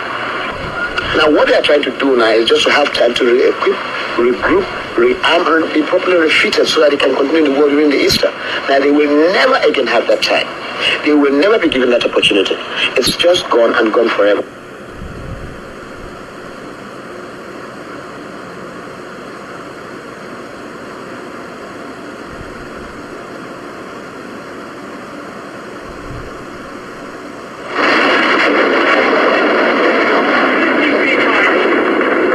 Sweeping over the town, straightening and dropping rockets as they move. Yesterday, 27 people were killed and about 300 were injured. At precisely 1:30 every day, they come over the town as the marketplace is full, as patients are sitting out on the lawns at hospitals, and the clinics with children in them are moving in their exercise ground. That was Adekunle, and then the reporter saying the atrocities being committed against Biafrans every 1:30 afternoon in Umuahia. I will continue with that program tomorrow, even through Sunday. Now, why did I bring this up? It is the Guardian lies, which made us bring out the press release. Guardian must apologize, must withdraw their lies. It is the Yoruba journalist. Biafran journalist, where are you?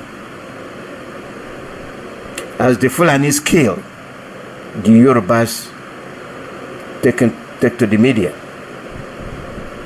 to shield the activities of the Fulanis. It is a power, a shared power.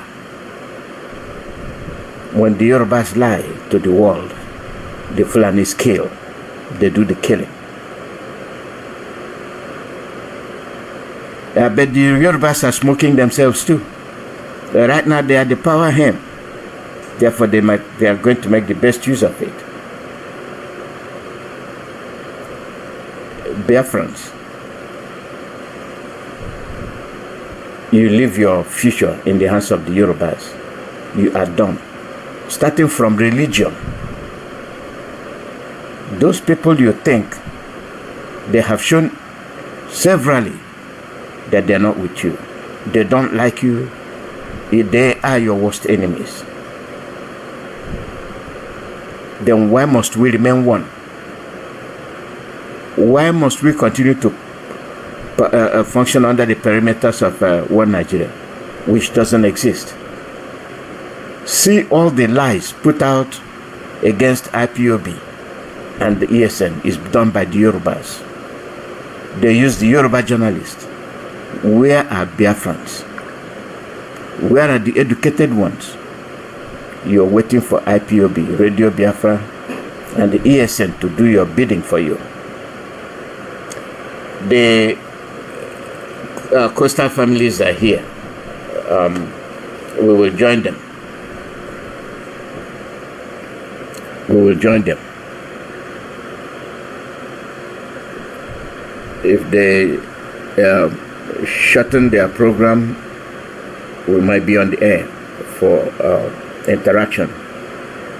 If not,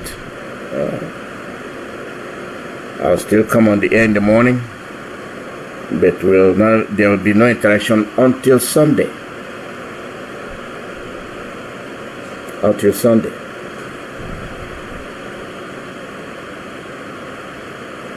Our people, there is danger. When you run to Lagos, when you run to Lagos, be careful. You will be smoked. You have only one port, that is Lagos. Why don't you have port in the south, in the east? Because they are milking you.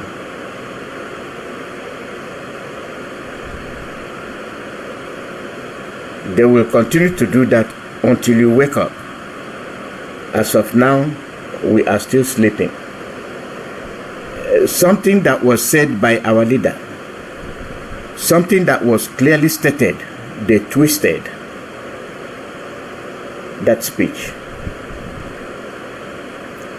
To divide Nnamdi Kanu from IPOB.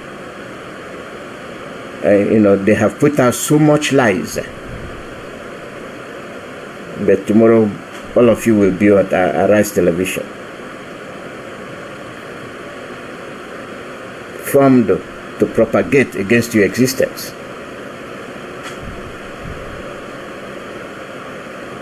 I think that will come up with our coastal brothers. They will also bring out this matter. Connection is very slow. I don't know why. I don't know why. I want to make the connection.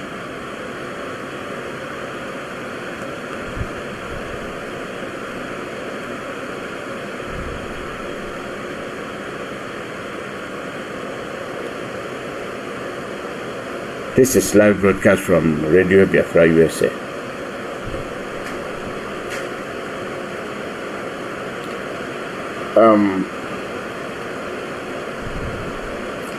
Let's tell it the way it is.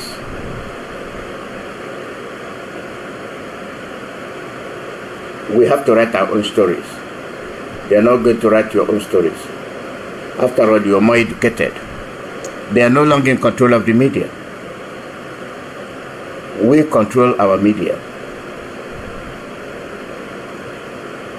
And we have to speak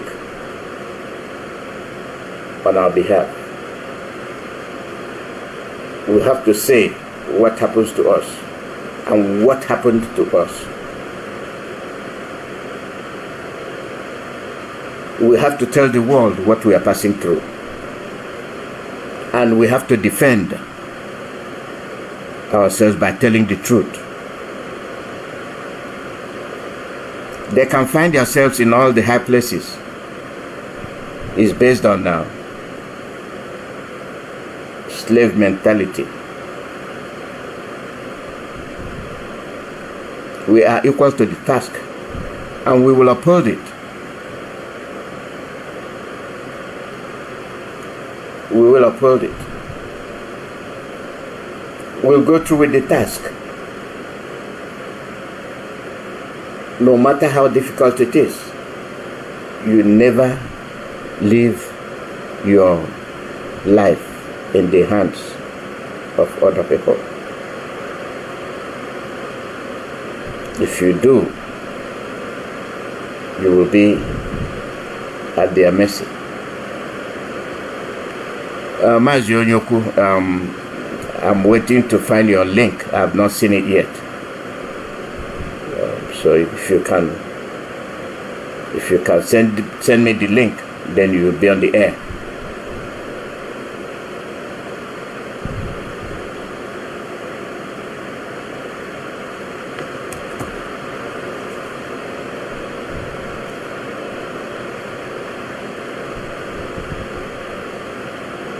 What they said, what they did it to Ndibo.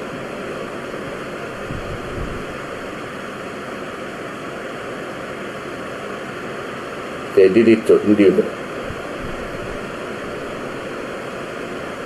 They did it to Biafrans. That because we use Lagos.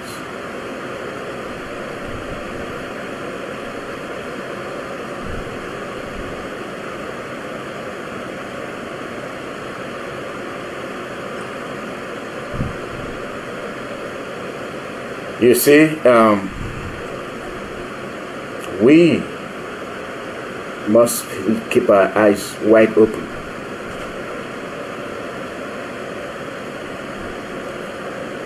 We must keep our eyes wide open, because those you think are with you are not with you. See, we actually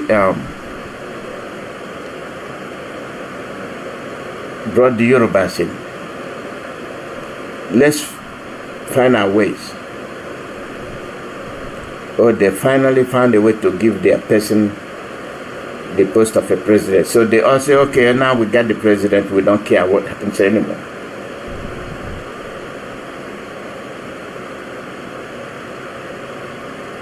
And then we say, be careful. They are not trustworthy. They say, yes, I know. Give a chance first. Let it be that you gave the chance. Let it be that you tried than not trying. Give peace a chance. Give dialogue a chance. We did. And they proved to you that that you cannot trust them. And that is where we find ourselves.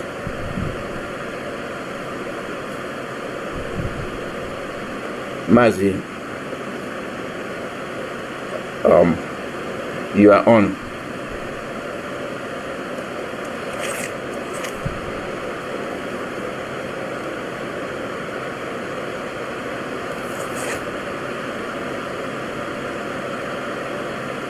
Yeah, I'm waiting for you to link, but here you are on. So they will be joining us in a few minutes when the groups are ready.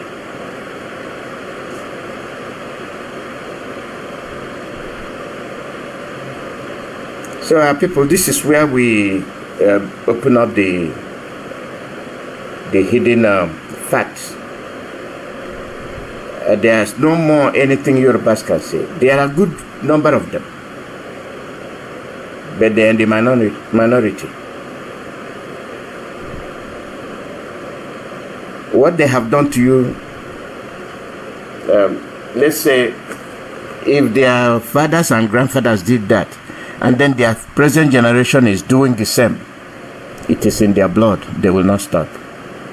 But where it gets to me is that when these generational people are doing the same thing, why is it that we Biafrans are not capturing these events and use it as our defense? Instead, we run to them. Why do we run to them? You are speaking Yoruba. You are into whatever that their religion is. Then they show you the swamp to cover. But they are the ones that hate you most. How can we continue to live this way?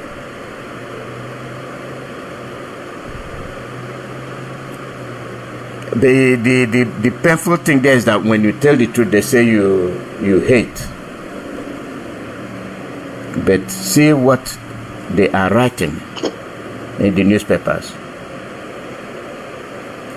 Things that are not factual. Mazi, we're ready when you're ready. No, I'm waiting for you. Go ahead. Okay. Good afternoon. Welcome. There we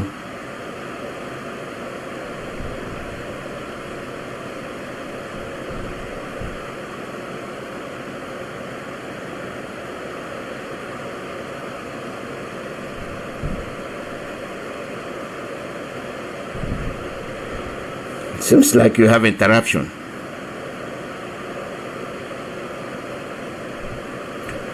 Am I not coming out? No, I'm hearing you now. I'm just hearing you now. Okay. Biafrans all over the world,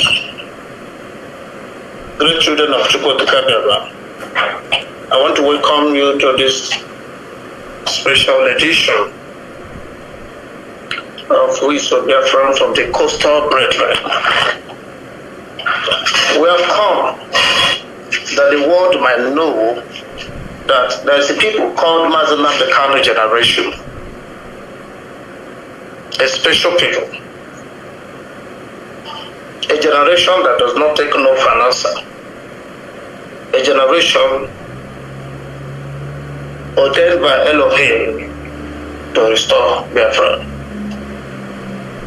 Today is another great day, and we are here to do the needful. I want to welcome you, and I want you to welcome your friends, welcome everybody around you. Today is the 21st day of June. This day is special. Today is Unko. I bring you greetings from Mazi, the unbroken, the undefeatable Messiah of the Black race. A lot is building up lately, but one thing you need to know, and one thing you must understand, is that the hour to go home has come. Biafra is a divine project. I always say that we're not the best that Biafra has got to offer. We're just the few who are privileged to be serving. I want to thank the leadership for giving us the opportunity to serve. Thank you, Mazi for coming. Thank you for bringing us this far. All the leaders and the DOS, I thank all of you. Mazi, I thank you. DHOD, I thank you. And I thank all of you who accepted this call. I want to pray. Precious Father, the creator of the heavens and the earth, thank you for today. Thank you for giving us Mazi Namdekan. Thank you, Lord, because we are privileged to be among those you will use to restore your kingdom on earth. Thank you for keeping our leader. Thank you that you did not allow the machinations, the agenda of the wicked to come to pass in his life. Thank you for the leadership. Thank you for all those you have given us in IPOB. Thank you for the wisdom you have bestowed on our leaders, Mazi Namdekano, Mazi Chikedozie, and all our leaders at the territory of state. Now today as we proceed, guide us with your wisdom, give us understanding. May we not speak that which you have not ordained, that the ocean of your spirit, give us the wisdom, give your children the understanding. Take all the glory as we pray in the name of Chukwuka Biafra. He said, my name remains Mazi Jesse I. Onyoko. I'm a socio-political philosopher, a phenomenologian, a historian. I'm a preacher. I preach the gospel of Biafra and I preach the gospel of Yeshua. Today, I've come to continue on this gospel. Today is very important to me because our leader appeared in the court 48 hours ago, and it was a milestone outing. The outing is still confusing to many, but it's not too much of confusion to me. So we have 4 areas of concentration today. Number 1, What are the most plausible outcomes of the zoo's latest gimmick in handling Mazi Nnamdi Kanu's court case? What should we be expecting? What are our unavoidable chances, knowing how evil and subtle our enemies are? Now, there's this notion over who is asking for reconciliation. Some said that Ejimako denied that he's the one that asked for reconciliation.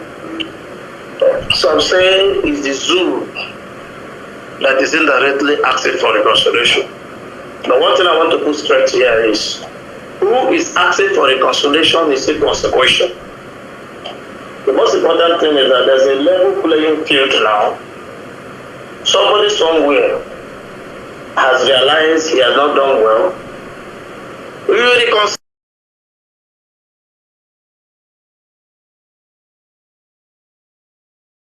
when there are conflicts. Somebody somewhere has realized he has not done well. We will reconcile when there are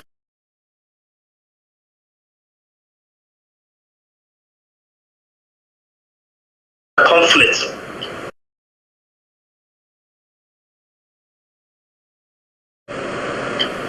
You made videos to concretize or to provide evidence of your illegality.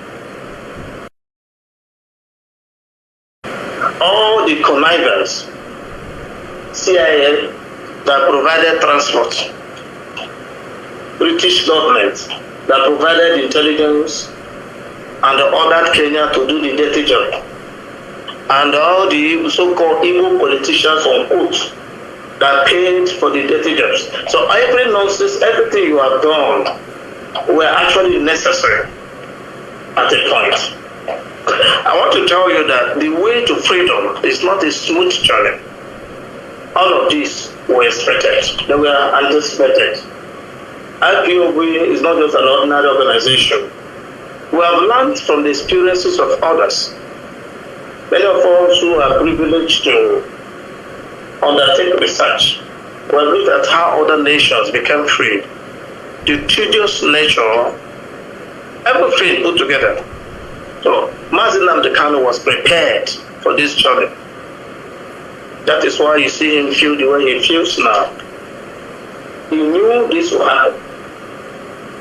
So I want to thank all of you who have been part of our history. Those used by the enemy, thank you for allowing yourself to be used. You have done us one good. We have learned one lesson or the other from all your activities, your treachery, your betrayal. Samalepa, thank you so much for coming and for doing all the dirty works you did. Kopus Odema, thank you so much. Iyke, thank you for bribing Igbo people to renounce their Igbo-ness. Buhari, thank you for all the people you killed. Tinubu, thank you for coming to continue the dirty job. For ordering for killings in Aba, thank you. All the evil, every goddamn nonsense all of you have done have helped us to be who we are. Biafra is not negotiable. How much you strategize, how much evil, any nonsense Britain like go and do. Biafra is here and we are going home. We're not hiding it. So anything you're planning, you're negotiable, go ahead and do. One thing I can assure the whole world is that Mazi Nnamdi Kanu wuru mmanwụ na-apụ aka. Somebody say na nwere onye wufu onye a na-asị unu abịarugo. Mazi Nnamdi Kanu wufu onye a na-asị unu abịarugo. So if anybody is expecting that he will drop the struggle, you are a joker. He will die dreaming. Because dreams don't die, but dreamers do. Mazi Nnamdi Kanu has come for Biafra and nothing less. And it's Biafra he will get. Alive. Because Elohim has sent him. So Biafrans, don't worry too much. Whether it's Ejimako has applied for out-of-court settlement. Yes. I don't think he's alone. There must be something they agreed with our leader before he did that. Yes, that's what I feel. And until our leader comes out and give a position that is contrary to this, so let's stop worrying about ourselves. Whether Ejiofor can do the job, he cannot do the job. At this point, I don't think it's important again. We are going home. Elohim has fought the fight for us. If you know what Nigeria looks like now at the international level because of Mazi Nnamdi Kanu's case, he said I will destroy the zoo without firing a bullet. And that's what has happened. How can your president be taking a back row in Africa? Sierra Leone, all these small countries now, when you are counting them, that's when you count Nigeria. A one-time giant has become a subject of ridicule. Why?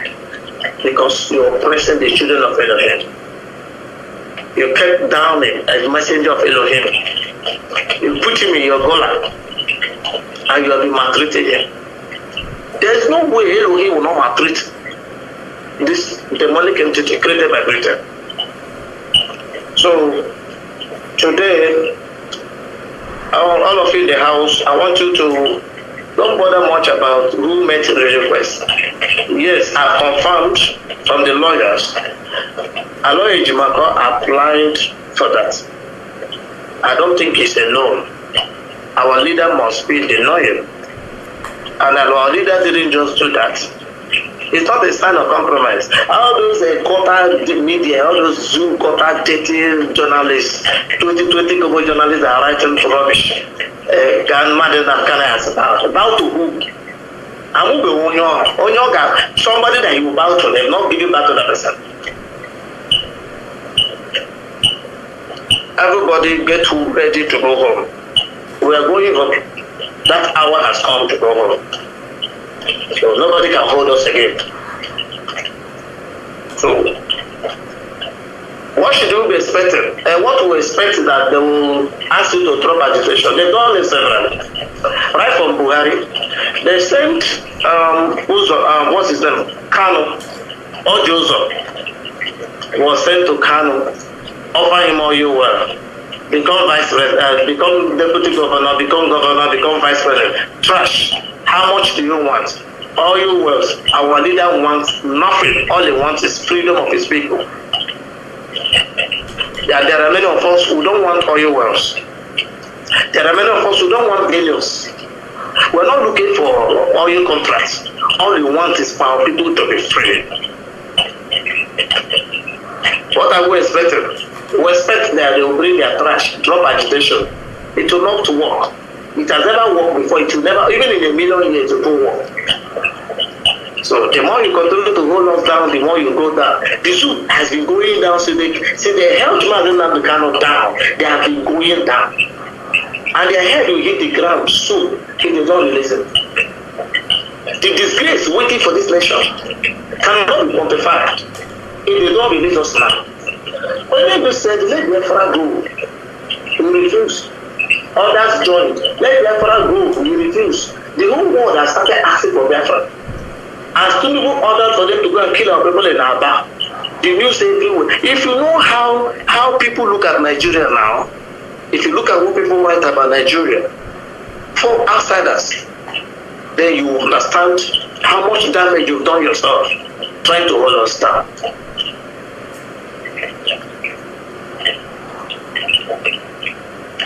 Number two, BBC continuous propaganda, evil machinations on the development agenda against indigenous people all over the world, particularly Biafrans, must be reviewed and properly checked to reduce the damage level. Listening to them causes our people. We'll talk about BBC. BBC has made with Yorubas. And most of the journalists that work in BBC are Yoruba journalists, except a handful of few slaves that bear Igbo name that are there. Propaganda, lies, that's the only thing they know how to do. The Zogu coup, Nzogu wasn't the most senior military officer in that place. The most senior military officer there was a Yoruba man. There were more Yorubas in that queue than Igbos. The same Yoruba journalist, like Mazi Alozie was trying to highlight that, the same Yoruba journalist went to BBC demonic station and went to lie to the world. Target Igbo coup and Hausas began to kill Igbos. Coup that was carried out to free Awo from prison.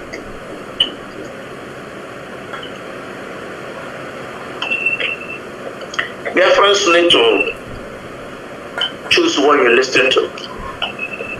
Anybody feeding you with information informs how you reason. Man is a product of his environment. What you listen to influences how you think and how you behave.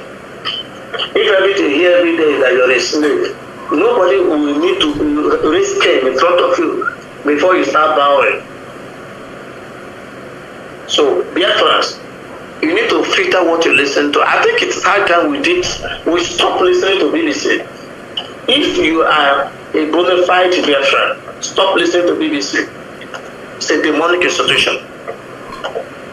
BBC has never done anything to improve any society in Africa or anywhere in the third world.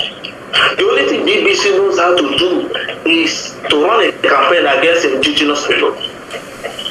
That BS broadcasting corrupt station. That's the only thing they do. The day of the court day, so BBC ran out and start unfortunately blame on the lawyer that they are the one delaying the case. Not the zoo that has refused to obey their own court orders.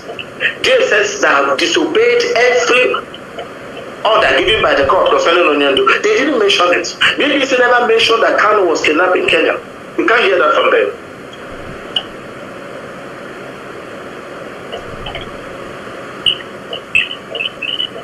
They lied that the coup was Igbo coup. BBC instigated the war. The Biafran war was sparked up by the lies, the propaganda of BBC. Why should an Igbo man, why should an Ijo man, why should an Ibibu, why should a Biafra be listening to BBC? I can't remember the last time I listened to BBC. It's only slaves that listen to BBC. Because BBC is established for slaves. Free people don't listen to BBC.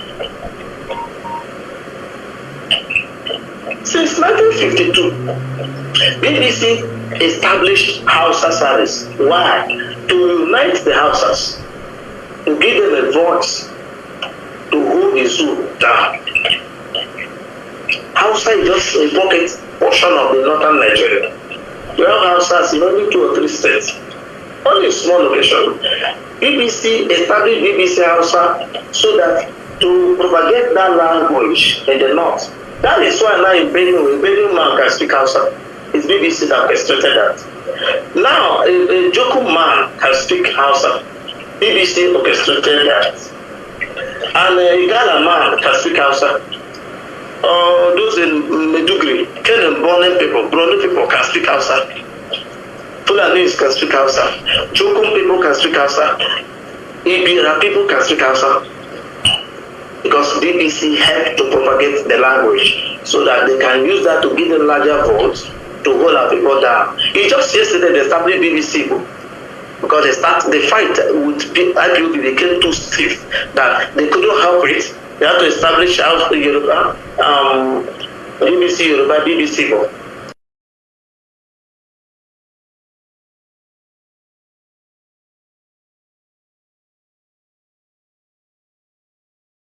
And a few others.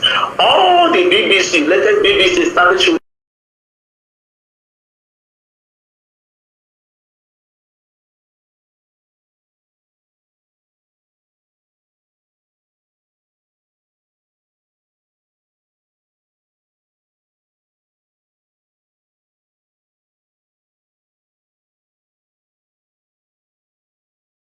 the last 3, 4, 5 years were established to fight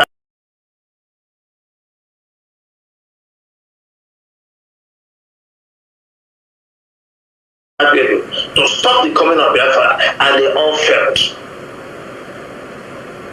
When the UN gave verdict in favor of Kano, That was when they knew that all the money they invested was wasted.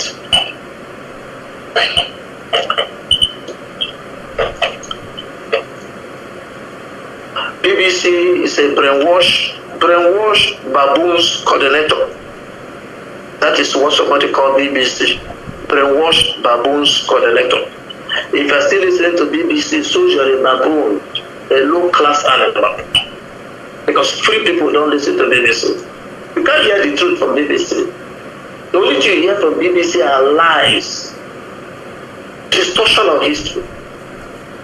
They came to Nigeria and began to spread Igbo hate everywhere. Even Igbos hate themselves.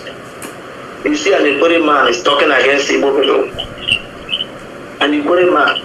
Now, Iyke was going to bribe people of different people in Imo State to denounce that they're Igbo, to be called South. Anyway, we'll dismantle whatever pillar that is holding the South nonsense. It has happened already. Don't be shocked what will happen going forward. Because our people have known that there was nothing called South. It was designed to cut them into smaller units for their conquest, for them to be destroyed. That's what they did to the Ogonis. Ogonis woke up from nowhere. Through the help of few idiots in shell, they start spreading they are not Igbo. That they are from Ghana, that they are from this, they are from that. And when they succeeded in building a wall around themselves, they came and finished them up. Pick up the most intelligent Ogoni man and kill them, and nobody could cough. That's the reason, the purpose of regionalism. I'll go to that in a later date. Biafra, stop listening to BBC. Stop. Completely stop listening to their lies. They have never at any point projected us in a positive way. Let me tell you for free, every country that opposes the Brits, every nation, every ethnicity anywhere in Africa or the third world that challenge the Brits, they don't allow them power. And normal people wake up when you put you in a place called South is that you never have a voice. And you might kill the Brits in the economic war. British don't forget. They don't forgive. Igbos killed them. Yoruba people did not kill them. Hausa did not kill them. Fulani did not kill them. Ijaw killed them. In Brass. So all the people that kill British, watch all of them in the zoo. They are not allowed to raise their head. Benin people kill the British, the Brits. So are they in charge in the zoo? No. None of you need your name. Stop listening to BBC. BBC is an institution of the devil. It's designed to keep people down. It's designed to deceive. It's designed to cause underdevelopment. Anywhere BBC are, their primary target is indigenous people. They always tell lies against indigenous people. BBC does not promote anything indigenous. BBC always promotes strangers above the indigenous people. That is why they established BBC Hausa service in 1952. To give them a language, give the Fulanis a common language to hold the North together against the South.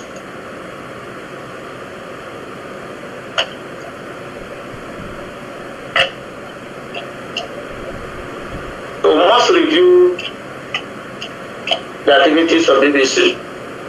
You see what they do, they go to our land, look for weaknesses, our weaknesses. Have you ever seen BBC show you a positive picture of any people? They only show you the downtrodden, the poorest of the poorest. They only bring out the dirty pen, the smelly places they will show you. They can't show you the clean side of any indigenous people. The thief cometh to steal, kill, and destroy. I was told that somebody is the father of all liars. British and Lucifer have something in common. They love lies and deception. Lies are designed to deceive. They misdirect. Number 3, the recent call by Edwin Clark of Pandek, you know Pandek? Pandef, you know why I told you before, South was created to carve out Igbo territories, all the oil-rich Igbo territories, and carve them out to a place, give them another name, deceptive name, South. So this organization, they have their own.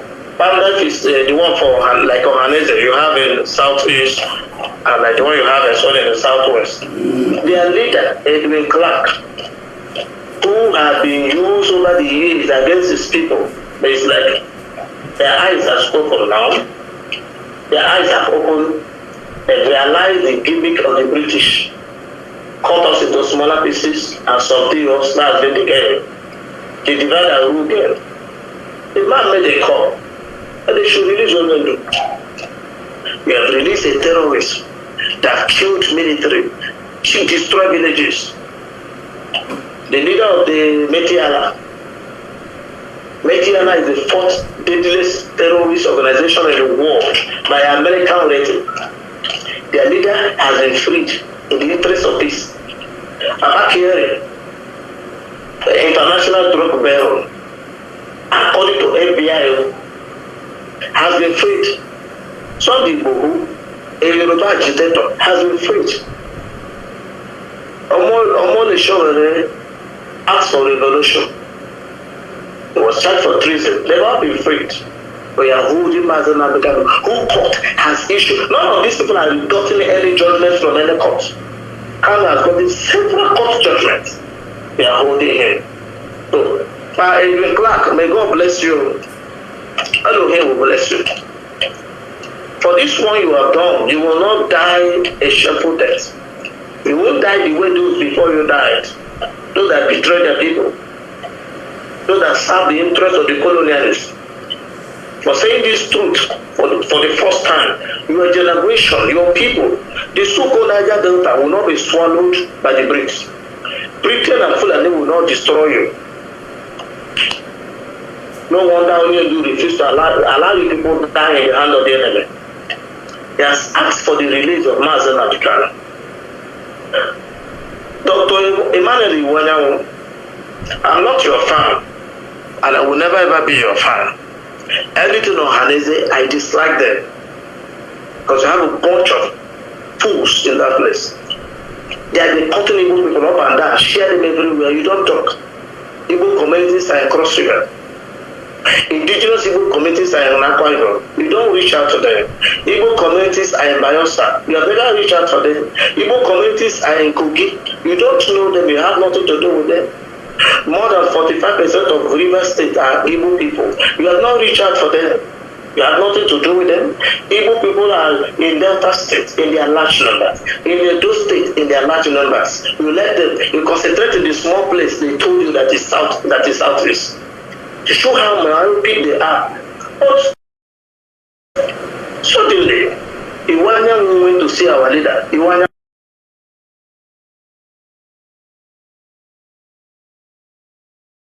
Elohim will bless you for that secular act. The way Amadio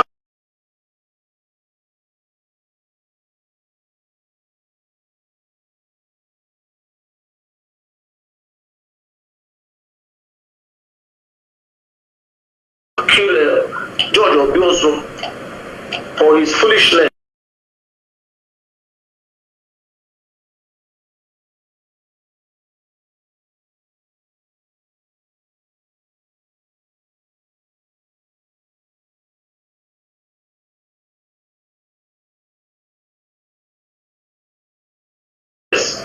With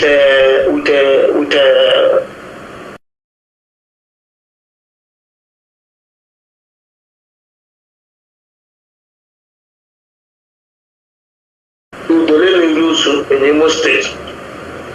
What's his name?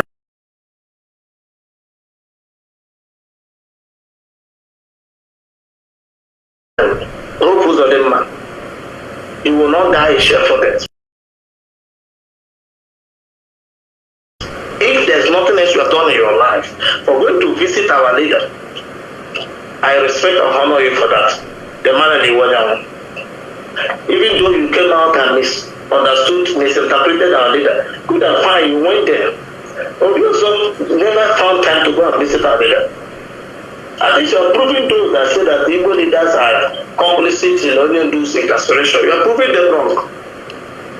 Whether you are saying the truth now or not is inconsequential. You must have the courage to go there. I respect you. I hold you to high esteem beginning from today. I was just thinking about the matter yesterday. That you took out time to go there. You didn't send anybody. You honored the leader of the Igbos by going to DSS. But Emmanuel Iwanyawo, it will be well with you. All the zoo brain, the zoo foolishness in you will disappear. We will celebrate you at last because Biafra is coming. One of the reasons why Biafra is delayed till today is the stupidity of Obiozo. Fulani is choosing through votes of them. The same mechanism choose you. But you have made some moves now that show that you still have you have some sense. The man Iwanyawo, I appreciate you for going to see Mazi. It will be well with you. You wrote a letter to Tinubu asking requesting that Mazi should be freed. Whether you wrote it for your mind or not, I don't want to know. The fact that you did that shows that you are not as foolish as other Ohanese PGs before you. Nyamudo never had time or humble himself or go this far that you have gone. Iwanyawo, Elohim will bless you with Biafra. You will see Biafra. Even though you are not even if you are not looking for Biafra, you will see Biafra. Because Biafra is coming.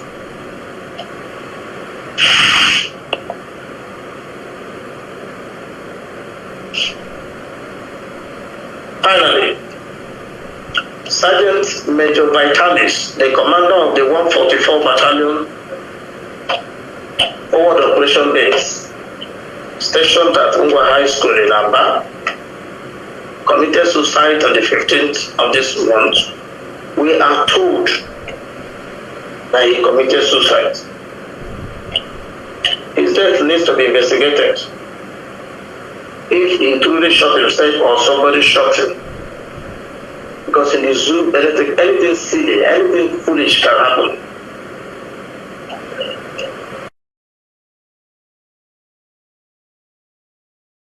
So join your military. You don't know who fights for us. The whole world can go to eliminate us, exterminate us in the 60s. It didn't happen because somebody fights for us.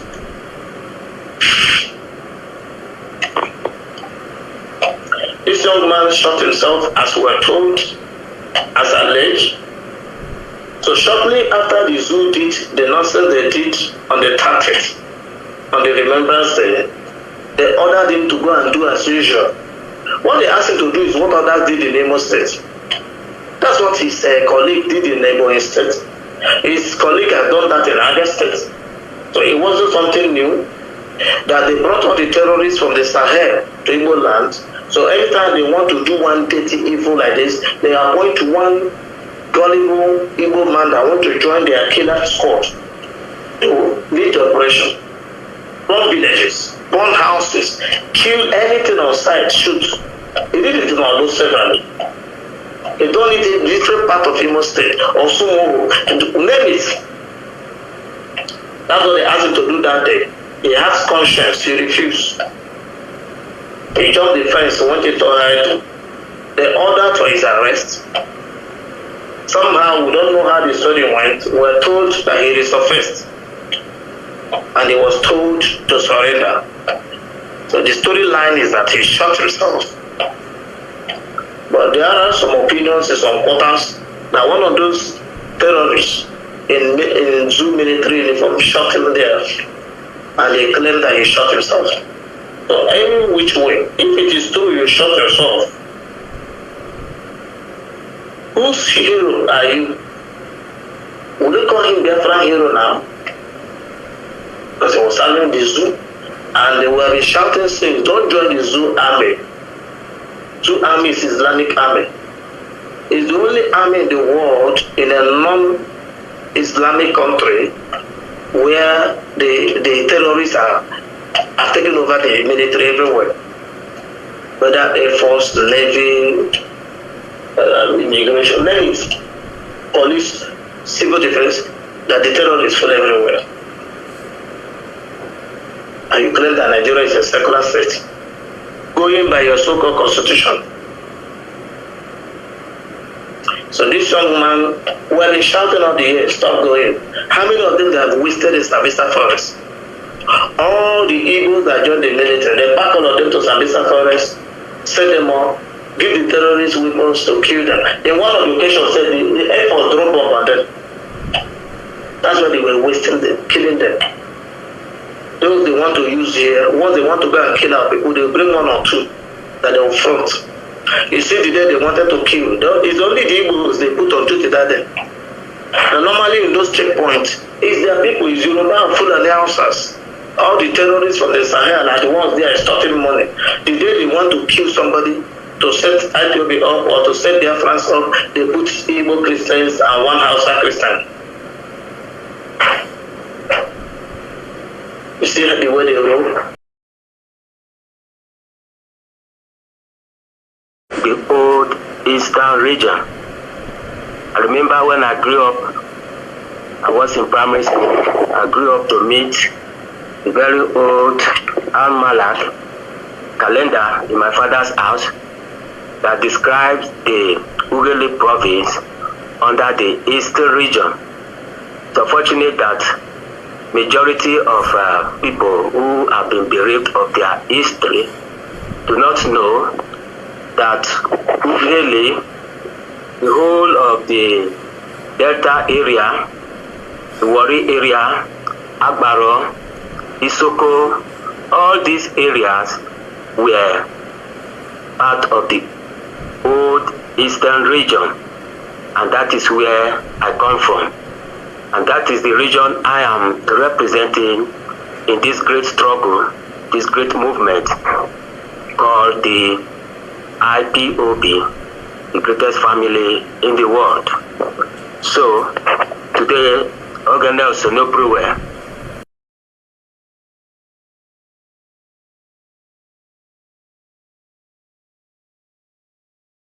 has given us the grace and privilege to be part of the story of freedom. It's a very interesting thing for us who are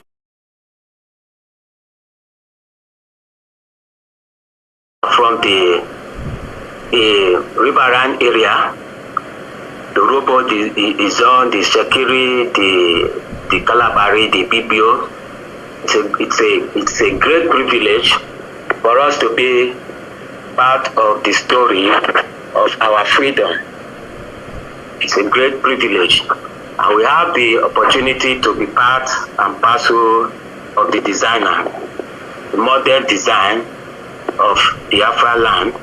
When the constitution will be written, it will not be written on our behalf, just as the Algeria constitution was written on our behalf. We weren't part of the writing process, the policy process. They wrote it and they handed it over to themselves, not even to us. They wrote it, gave it to themselves, and used it to continue to subjugate us on behalf of Britain. So today we are here to tell the world that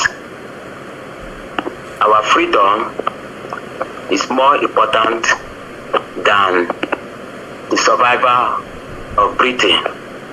Britain today is surviving at the expense of our freedom, and we have come to take it. There is no two ways about it. And that is why today we are in Radio Biafra, telling the world our story. Nobody will tell us our story.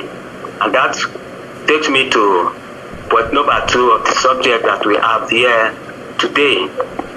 which says that BBC continues propaganda, evil imaginations, and underdevelopment agenda against indigenous people all over the world, particularly Biafrans, must be reviewed and properly checked to reduce the damage level. Listening to them causes our people more damages. It's unfortunate that our people, though gradually they are realizing that the platform of BBC is a platform of subjugation, and the reason why it has come to that understanding, it is the great work that our great leader Mazi has done, the impact he has created in the world of information. And that is the reason why me here today as an Urubu man can sit side by side with my Igbo brother and my Kalabari brother to say we are one, and then we can sit down together to decide our destiny.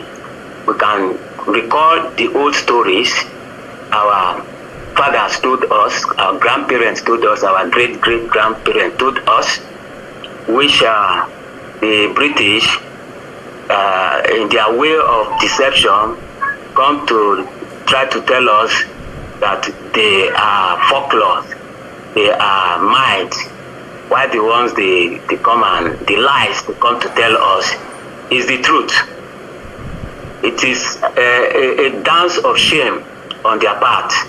And if those who are gullible have no way to resist the lies, today God has used the Messiah of the black race, the modern Messiah of the black race, to expose all these shenanigans, this unholy behavior, this Babylonian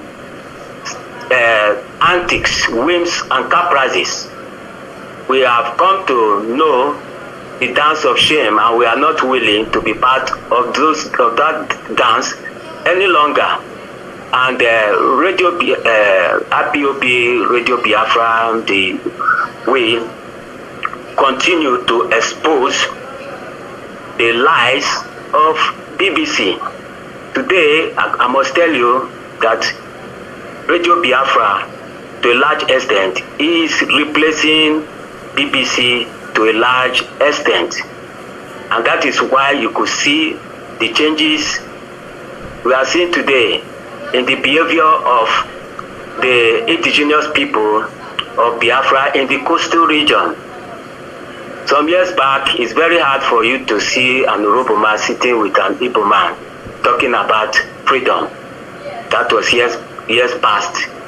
But today the reality is that the truth has been made clear, crystal clear, and you cannot hide it. So the only appeal I will appeal to our people, just as the Fulanis were able to appeal to the so-called Amajiris and all the rest, that they could stay glued to their radio, even in the bush with their cows, listening to BBC radio in Hausa. You see them while on the street, everywhere the radio is on their neck, on their shoulder, on their hands, listening to propaganda. And it used to be a very good music in their ears, because it is promoting their oppression of the indigenous people, the Kalakawas of the northern regions, the indigenous Hausa people, the Igbiras, the Bashamans, the Idomans, the Thief, the Jokos. They are not the people that are listening to BBC radio. They are the Fulanis. They are not even the Hausas, the indigenous Hausas. They are the Fulanis because they are the surrogates the British is using to take away the land through the feudal system that they are used to. So when somebody is promoting your shenanigans, you'll be happy to continue to listen to him or to her, because you are part of the shame, the dance of shame.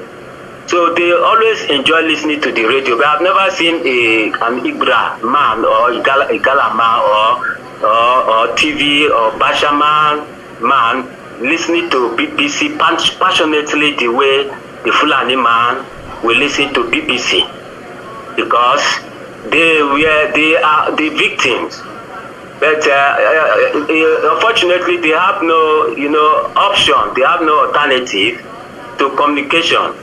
But today, without even telling anybody stop listening to BBC, that was then. If it were some years back, whereby there is no alternative. If you don't have an alternative, you cannot dissuade or persuade people from, staying away from certain behavior until you provide an alternative. Radio Biafra, being championed by IPOB, is a replacement, is an alternative. And I believe our people are already listening to us. They are already listening to Radio Biafra. We do not need to panic any longer. And that is why you could see the changes, the tremendous change that is far reaching than the purported revolution now. That's Sowole, or what is that his name? What is that his name again? That made the zoo to put him in the prison, and later on was released. The revolution that has been established so far is enough to tell you or to tell us that BBC, I call it blah blah blah broadcasting corporation, knows that they are failed, and they are just trying effortlessly to see that they continue their shenanigans, but they already know that they are failed. The only thing I will say is that the remnant that are left, the people who still have not yet opened their eyes, they should be able to come to the truth, to the realization that all these years they have been manipulated by the BBC BBC broadcasting a platform which I call blah blah blah broadcasting corporation. The blah blah blah there is that they are not saying anything reasonable. They are not saying anything that impacts the life of the common black man, most especially the Zoogerians, the people that live in this part of the zoo, part of the world. There is nothing meaningful, no developmental program, no indigenous. If you say you are a broadcasting station, you promote culture, you promote the culture of the people. You present the history. You provide a lot of documentary of the people. So how will you travel thousands of kilometers away from your country, and you come to my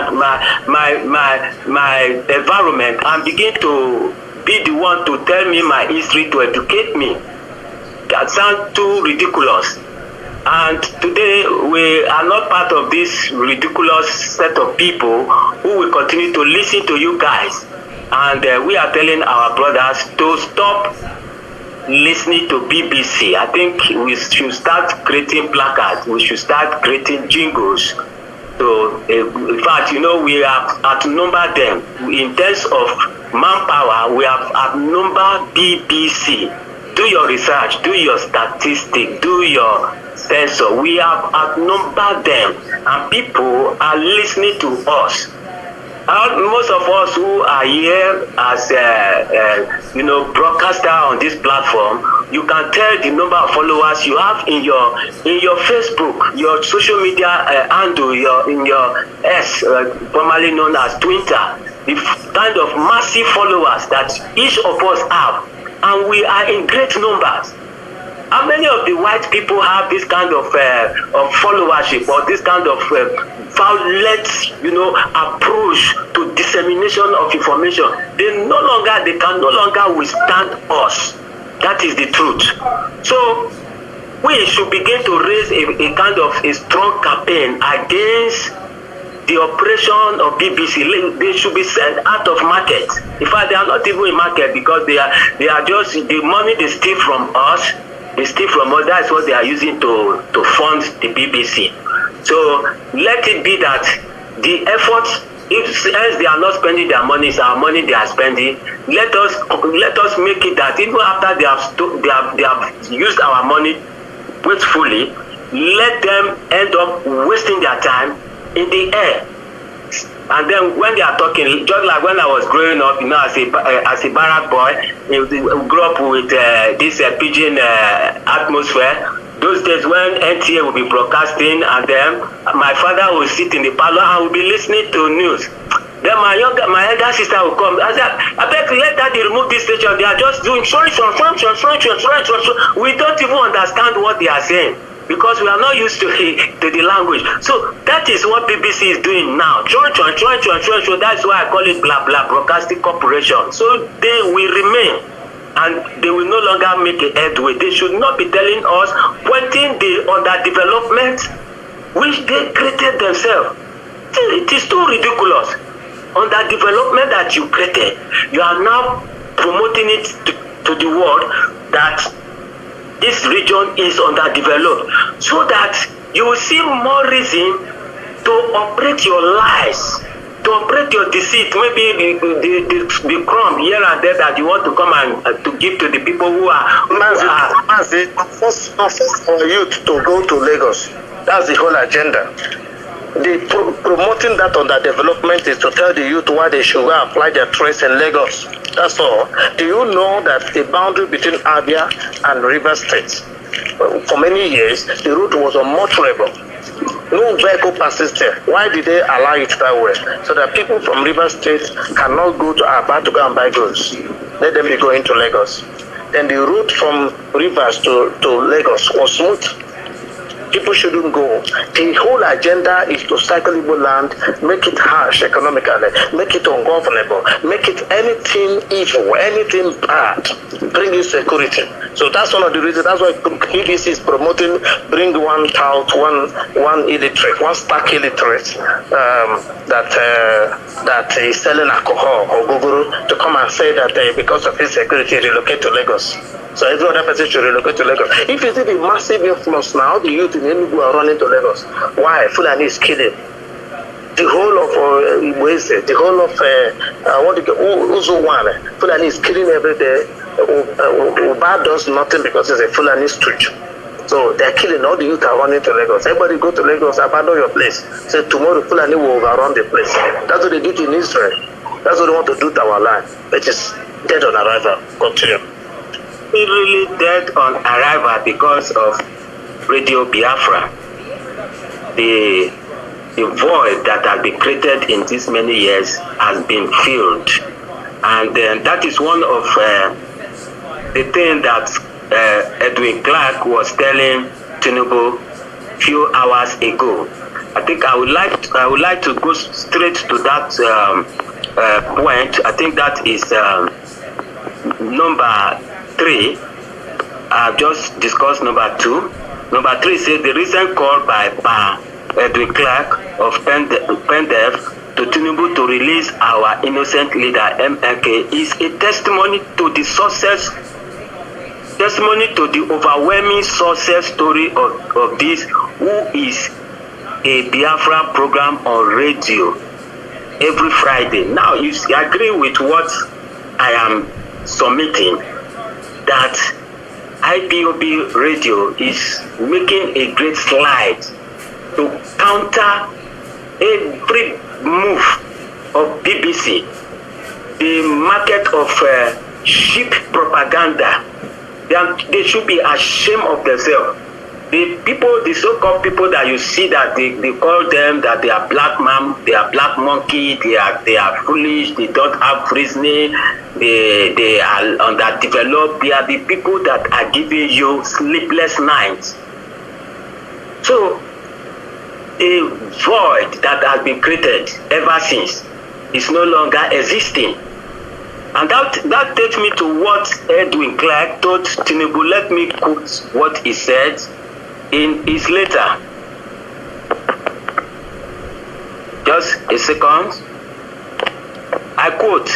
He said, the IPOB had fashioned a place for itself in the hearts and minds of young people because of this short changing of Igbos from the southeast over the years, while urging the use of the carrot and stick approach rather than military force in addressing the agitation in the region. Though I do not so much agree to his submission by advising Tinubu to use the stick and carrot approach, which I have been drawing the attention of lovers of freedom that they should be wary of this carrot and stick approach of Britain via Fulani in the Zoo Banana Republic. Every move they are making, it is because there is a well-notable opposition. As I speak today, there is no political opposition in Nigeria. What we have is a one-party system. Forget the fact that PDP is somewhere. PDP are the people that moved to APC. They are there. They are the people, the ones that they left in PDP. They just left them there so that if there is any time for swapping, they can swap over to the other. They just kind of recycle themselves. So there is no opposition. IPOB is the only voice, the only people voice that we can see, not just in the southeast region alone, the whole of the zoo, and in the whole of Africa. A few hours ago, I listened to Oyendo talking to the world. He was talking about the freedom, and I saw that he never narrowed the freedom to Biafra. He was practically talking about the freedom of the black man, the entire African race. That is the freedom he was emphasizing on. The oppression we are seeing in the whole of the zoo today is all over Africa. Yesterday, you see how the youths were on the street of Nairobi.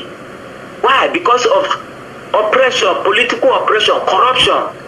You are not giving the people amenities, you are not giving them social infrastructure, you are not giving them better education, yet they are laboring, they are suffering, and yet you went ahead to begin to legislate to increase the taxation, and you want to kill them while they are skin them while they are alive. They are agitating. You think it's only here in the zoo that the slavery is taking place? It's the whole of Africa. So what you do is a phenomenon that the whole world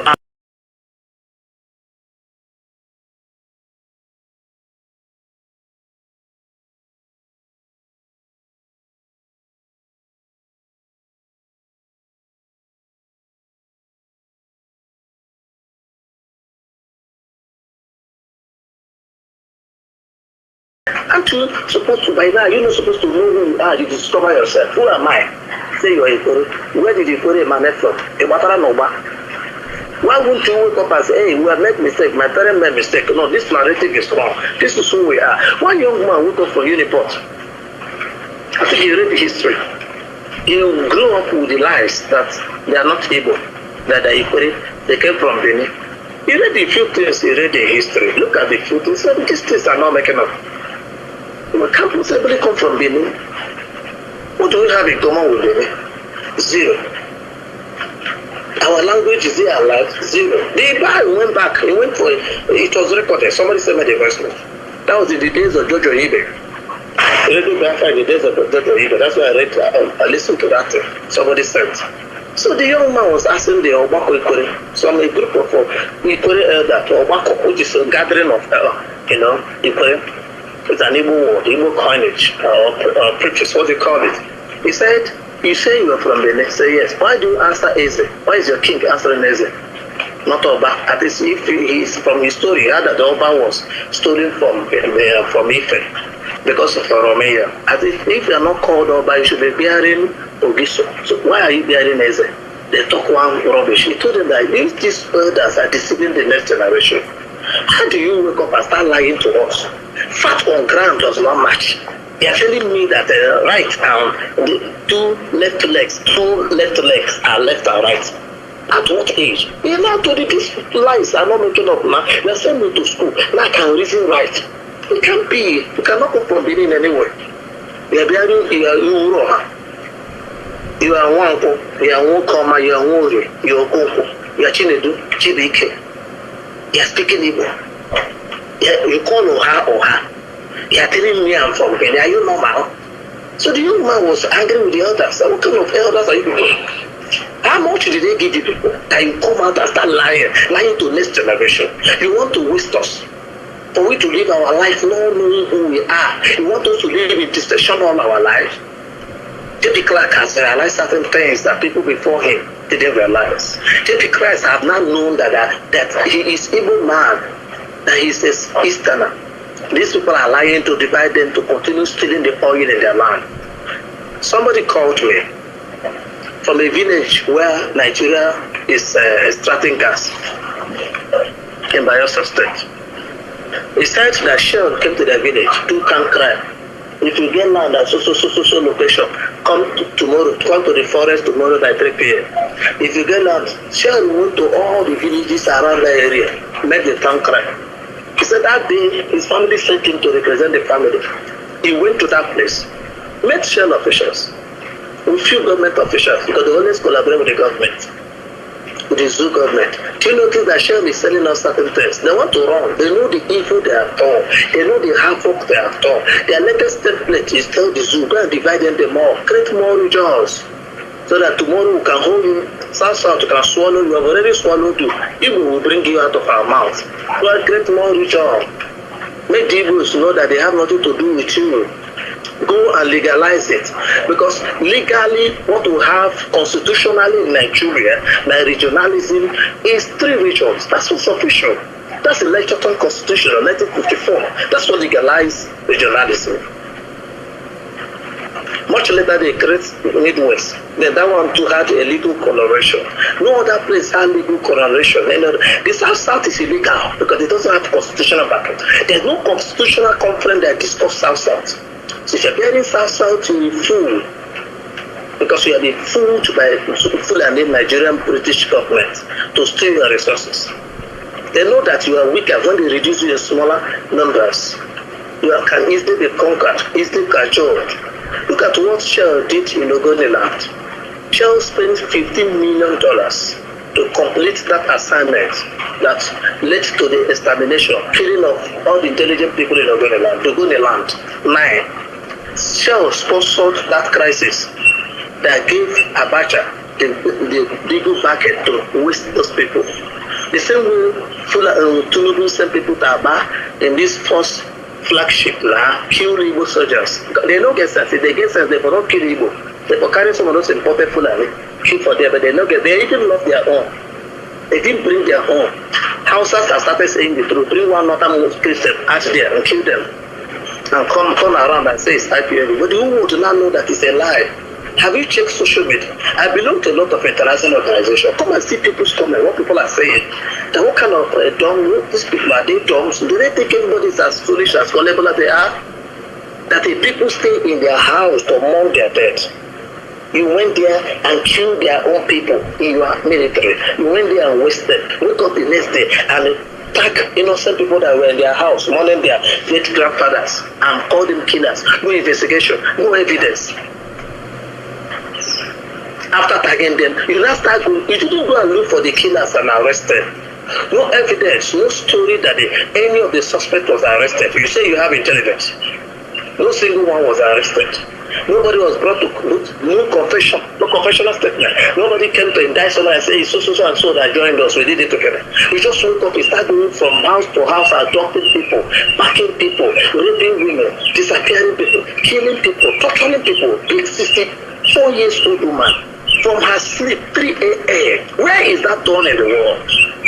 If not in the zoo, in the baboon kingdom, in cursed animal kingdom, they have been destroyed by Fulanis, and Yoruba has got to do their own.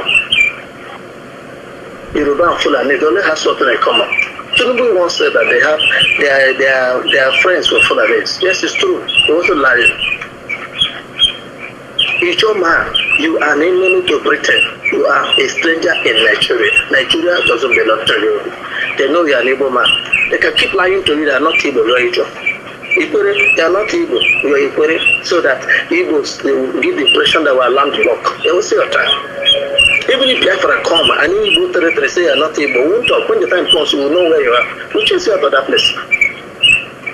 Asari Tukumbo, whatever it's called, even in his little brain, his confused brain, he said, I have kind of smoked you out. He doesn't have sense. If he has sense, he will not be picking an innocent man. Kind of smoked you out. Can't get quarrel with you. Then he went into Yaya Bello. He want to speak in favor of Yaya Bello, so he can send you money. Ego only. On a trade only. He was looking for food, for money for food. He want to praise Yaya Bello, so he can go and beg for money. He kind of smoke you out. He removed the picture. I'm Igbo. I'm Ediabala. Yes, my DNA is Igbo. I am a job. Does that not show there's an illiterate? If your DNA is Anglophone, how can you say you're French? It shows you are an illiterate and not educated. You have no brain. You're an empty fool. My DNA is Igbo. I am Ediabala. My name is Uzodema. I'm not Igbo. Igbo people are foolish. So stop to yourself. We talk back to Iyke, don't deny Igbo. Ipore is Igbo. Yes, we know Ipore is Igbo. You're not telling us. Everybody knows. If Iyke can continue his foolishness, his generation will suffer for it. The same way they broke his statue. He has been destroyed. Those things are spiritual. That's how he killed people in no people. See that way they put his smash the statue on the floor. That's how he killed his own people to pacify strangers. And that's what will happen to him. You see, that same way what he did that day is what will happen to Iyke, because he killed his people. Blood is something after him. Now Iyke is doing everything he can to cover that. Nobody should talk about Obibo massacre. Can you cover it? Zoo not teaching history. Has it made people not to know the truth?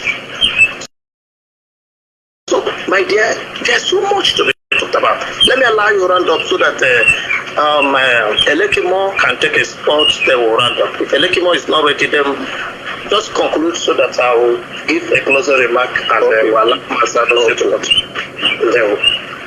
Mazi, yes, thank you. I do agree with your point. Yes, Mazi, please let me round up. I do agree with your point, Mazi, JCI, and I do well understand. And please, I want to be very clear. Let me be put on record very clear that I am not undermining what Edwin Clark as his voice that he has lent towards the release of our leader. I am never in any way undermining it.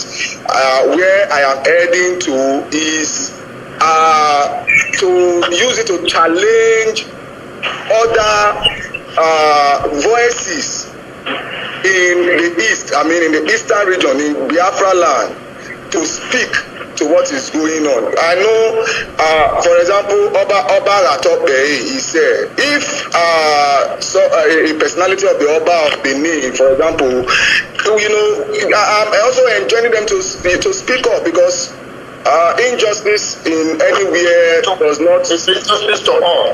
Yes. Injustice to one is injustice to all. The Obas too should join and speak. They are keeping quiet. They don't know. There are people. They will suffer it the most. The Igbos already have a voice. The Igbos have everything. Let me tell you for free. Not because I'm an Igbo man.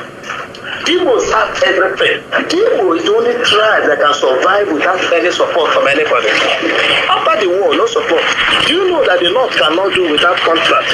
The Yorubas cannot do without collecting contract for government, getting things done for them for free. They build bridges for them. You hear all the noise, Tinubu, 8 years, Tinubu. I am when the fool, after the fool was training Tinubu, he did wonders in Lagos. What did he do? Tinubu did not construct one single bridge in Lagos. I was in Lagos all through Tinubu regime. One single bridge, nothing. All he did is to steal, and became a billionaire. So how the little bridges in Lagos were constructed with money from our own space, from Biafra land. That is why now they want to cut out the hammer every night to South. Because these foolish people come and take now. They can cut Aba. Go and add Aba to river to South. So you can see more oil and give to Chevron to take to Europe. Useless people. People will have everything. That is why they put their eyes on us. That is why they don't allow us to do our own governor. That is why they don't allow us to do anything. They only bring peace to make sure we don't have roads. That is why emergency spending there.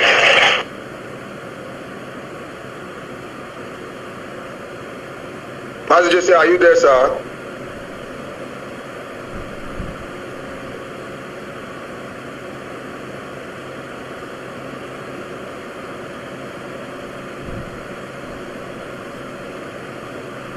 Mazi just say, are you still was taken to the west. All the industries that Michael Obama started, they closed them down to shut up the economic space of that region. Then everybody began to move to Lagos. Today, we have built Lagos. Over 80% of all the properties in Lagos are owned by the Igbos. In case you don't know. All the lagoons are filled. 95% of every lagoon is filled in Lagos. Every water is filled in Lagos. It's filled by the Igbos. We make things happen.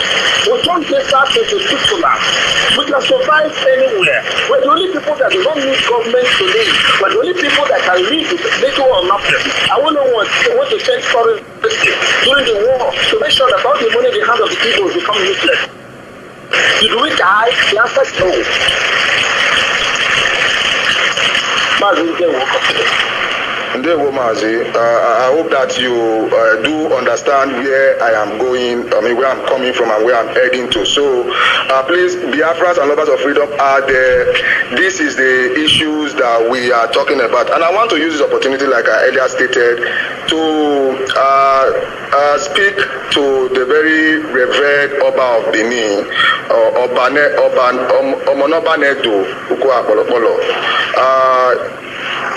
It is, I'm very happy that because he's a very educated person, our current Oba is an educated man, and as such, I am using this opportunity to say, Oba Nerima, Egese Nuaya, in a archives, in a history,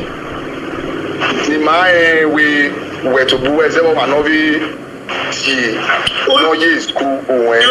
the Oba in Benin, Mazi, tell the Oba in Benin language that they are keeping quiet. The moment they conquer evil, all of them are walk over. How many are they?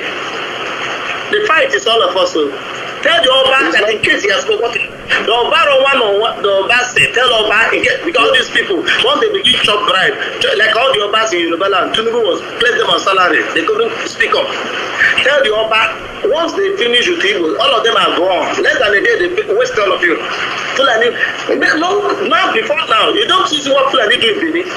Fulani mounted a terror camp there and was kidnapping your people every day. Did the government do anything? No. They know that you are evil. Because you don't know. Igodo is evil. That's the origin. But they confuse you to say you're not evil.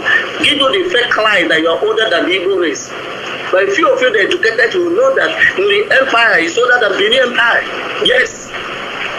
You will know that even if you follow the Bible story, that the Benin are brother to Eri. That's where they migrated from. So tell the Oba that when they finish, they want to subdue the Igbos, to finish all of them. They don't like you. Tell me what Nigeria has done for Benin people. Correct me, I might be wrong. I've not lived in Benin, but I've stayed in Benin weeks, 1 week, a long time. I've never settled in Benin for any time in my life. Tell me what Nigeria has done for Benin. Who you tell me? Is it nothing like me? Tell me how many bridges did the zoo called Nigeria build in Benin? Tell me how many bridges? I can tell you one thing. One thing that they have done for the Benin is Japarism. Yes, you're correct. They taught them how to travel and shell across the ocean. How to carry illicit trade. Force them to do wrong things. Let me tell you for free. Listen, any Benin man anywhere in the world, come and debate me.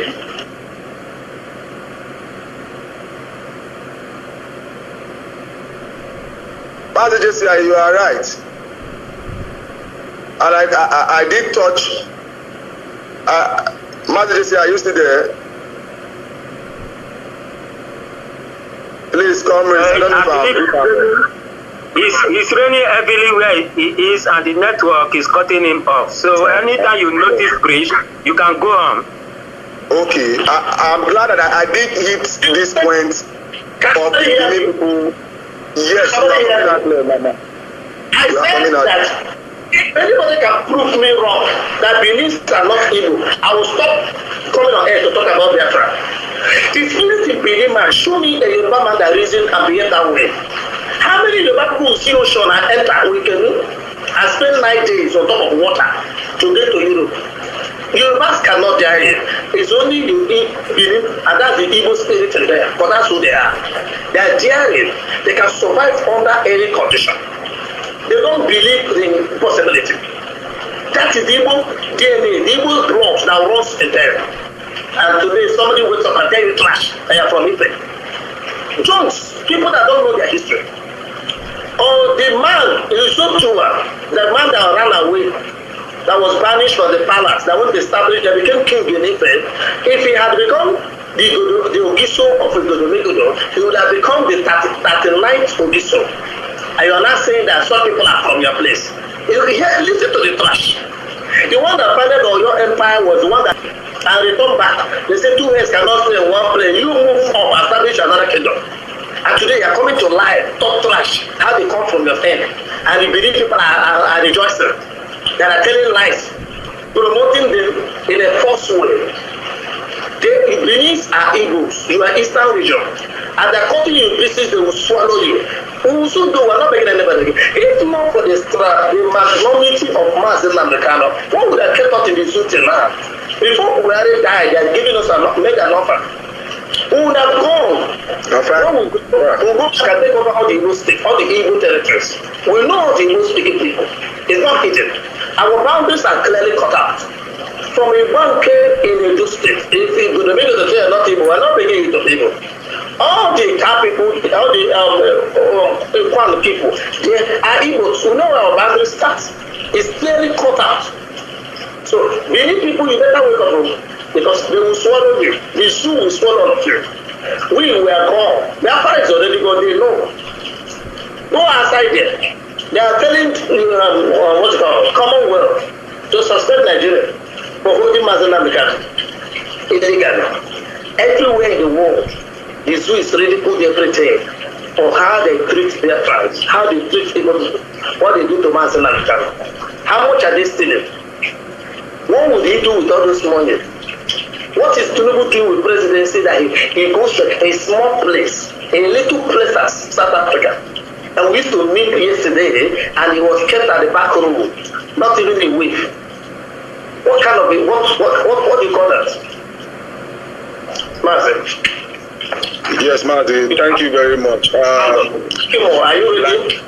Who you round up? Yes, let me round up, please. Like I said, I'm glad that in our last program I did mention some of these things that you have just said, Mazi JCI, that the only thing that you can reckon the Benin people with this. I did mention some of these things that you have just said, Mazi JCI, that the only thing that you can reckon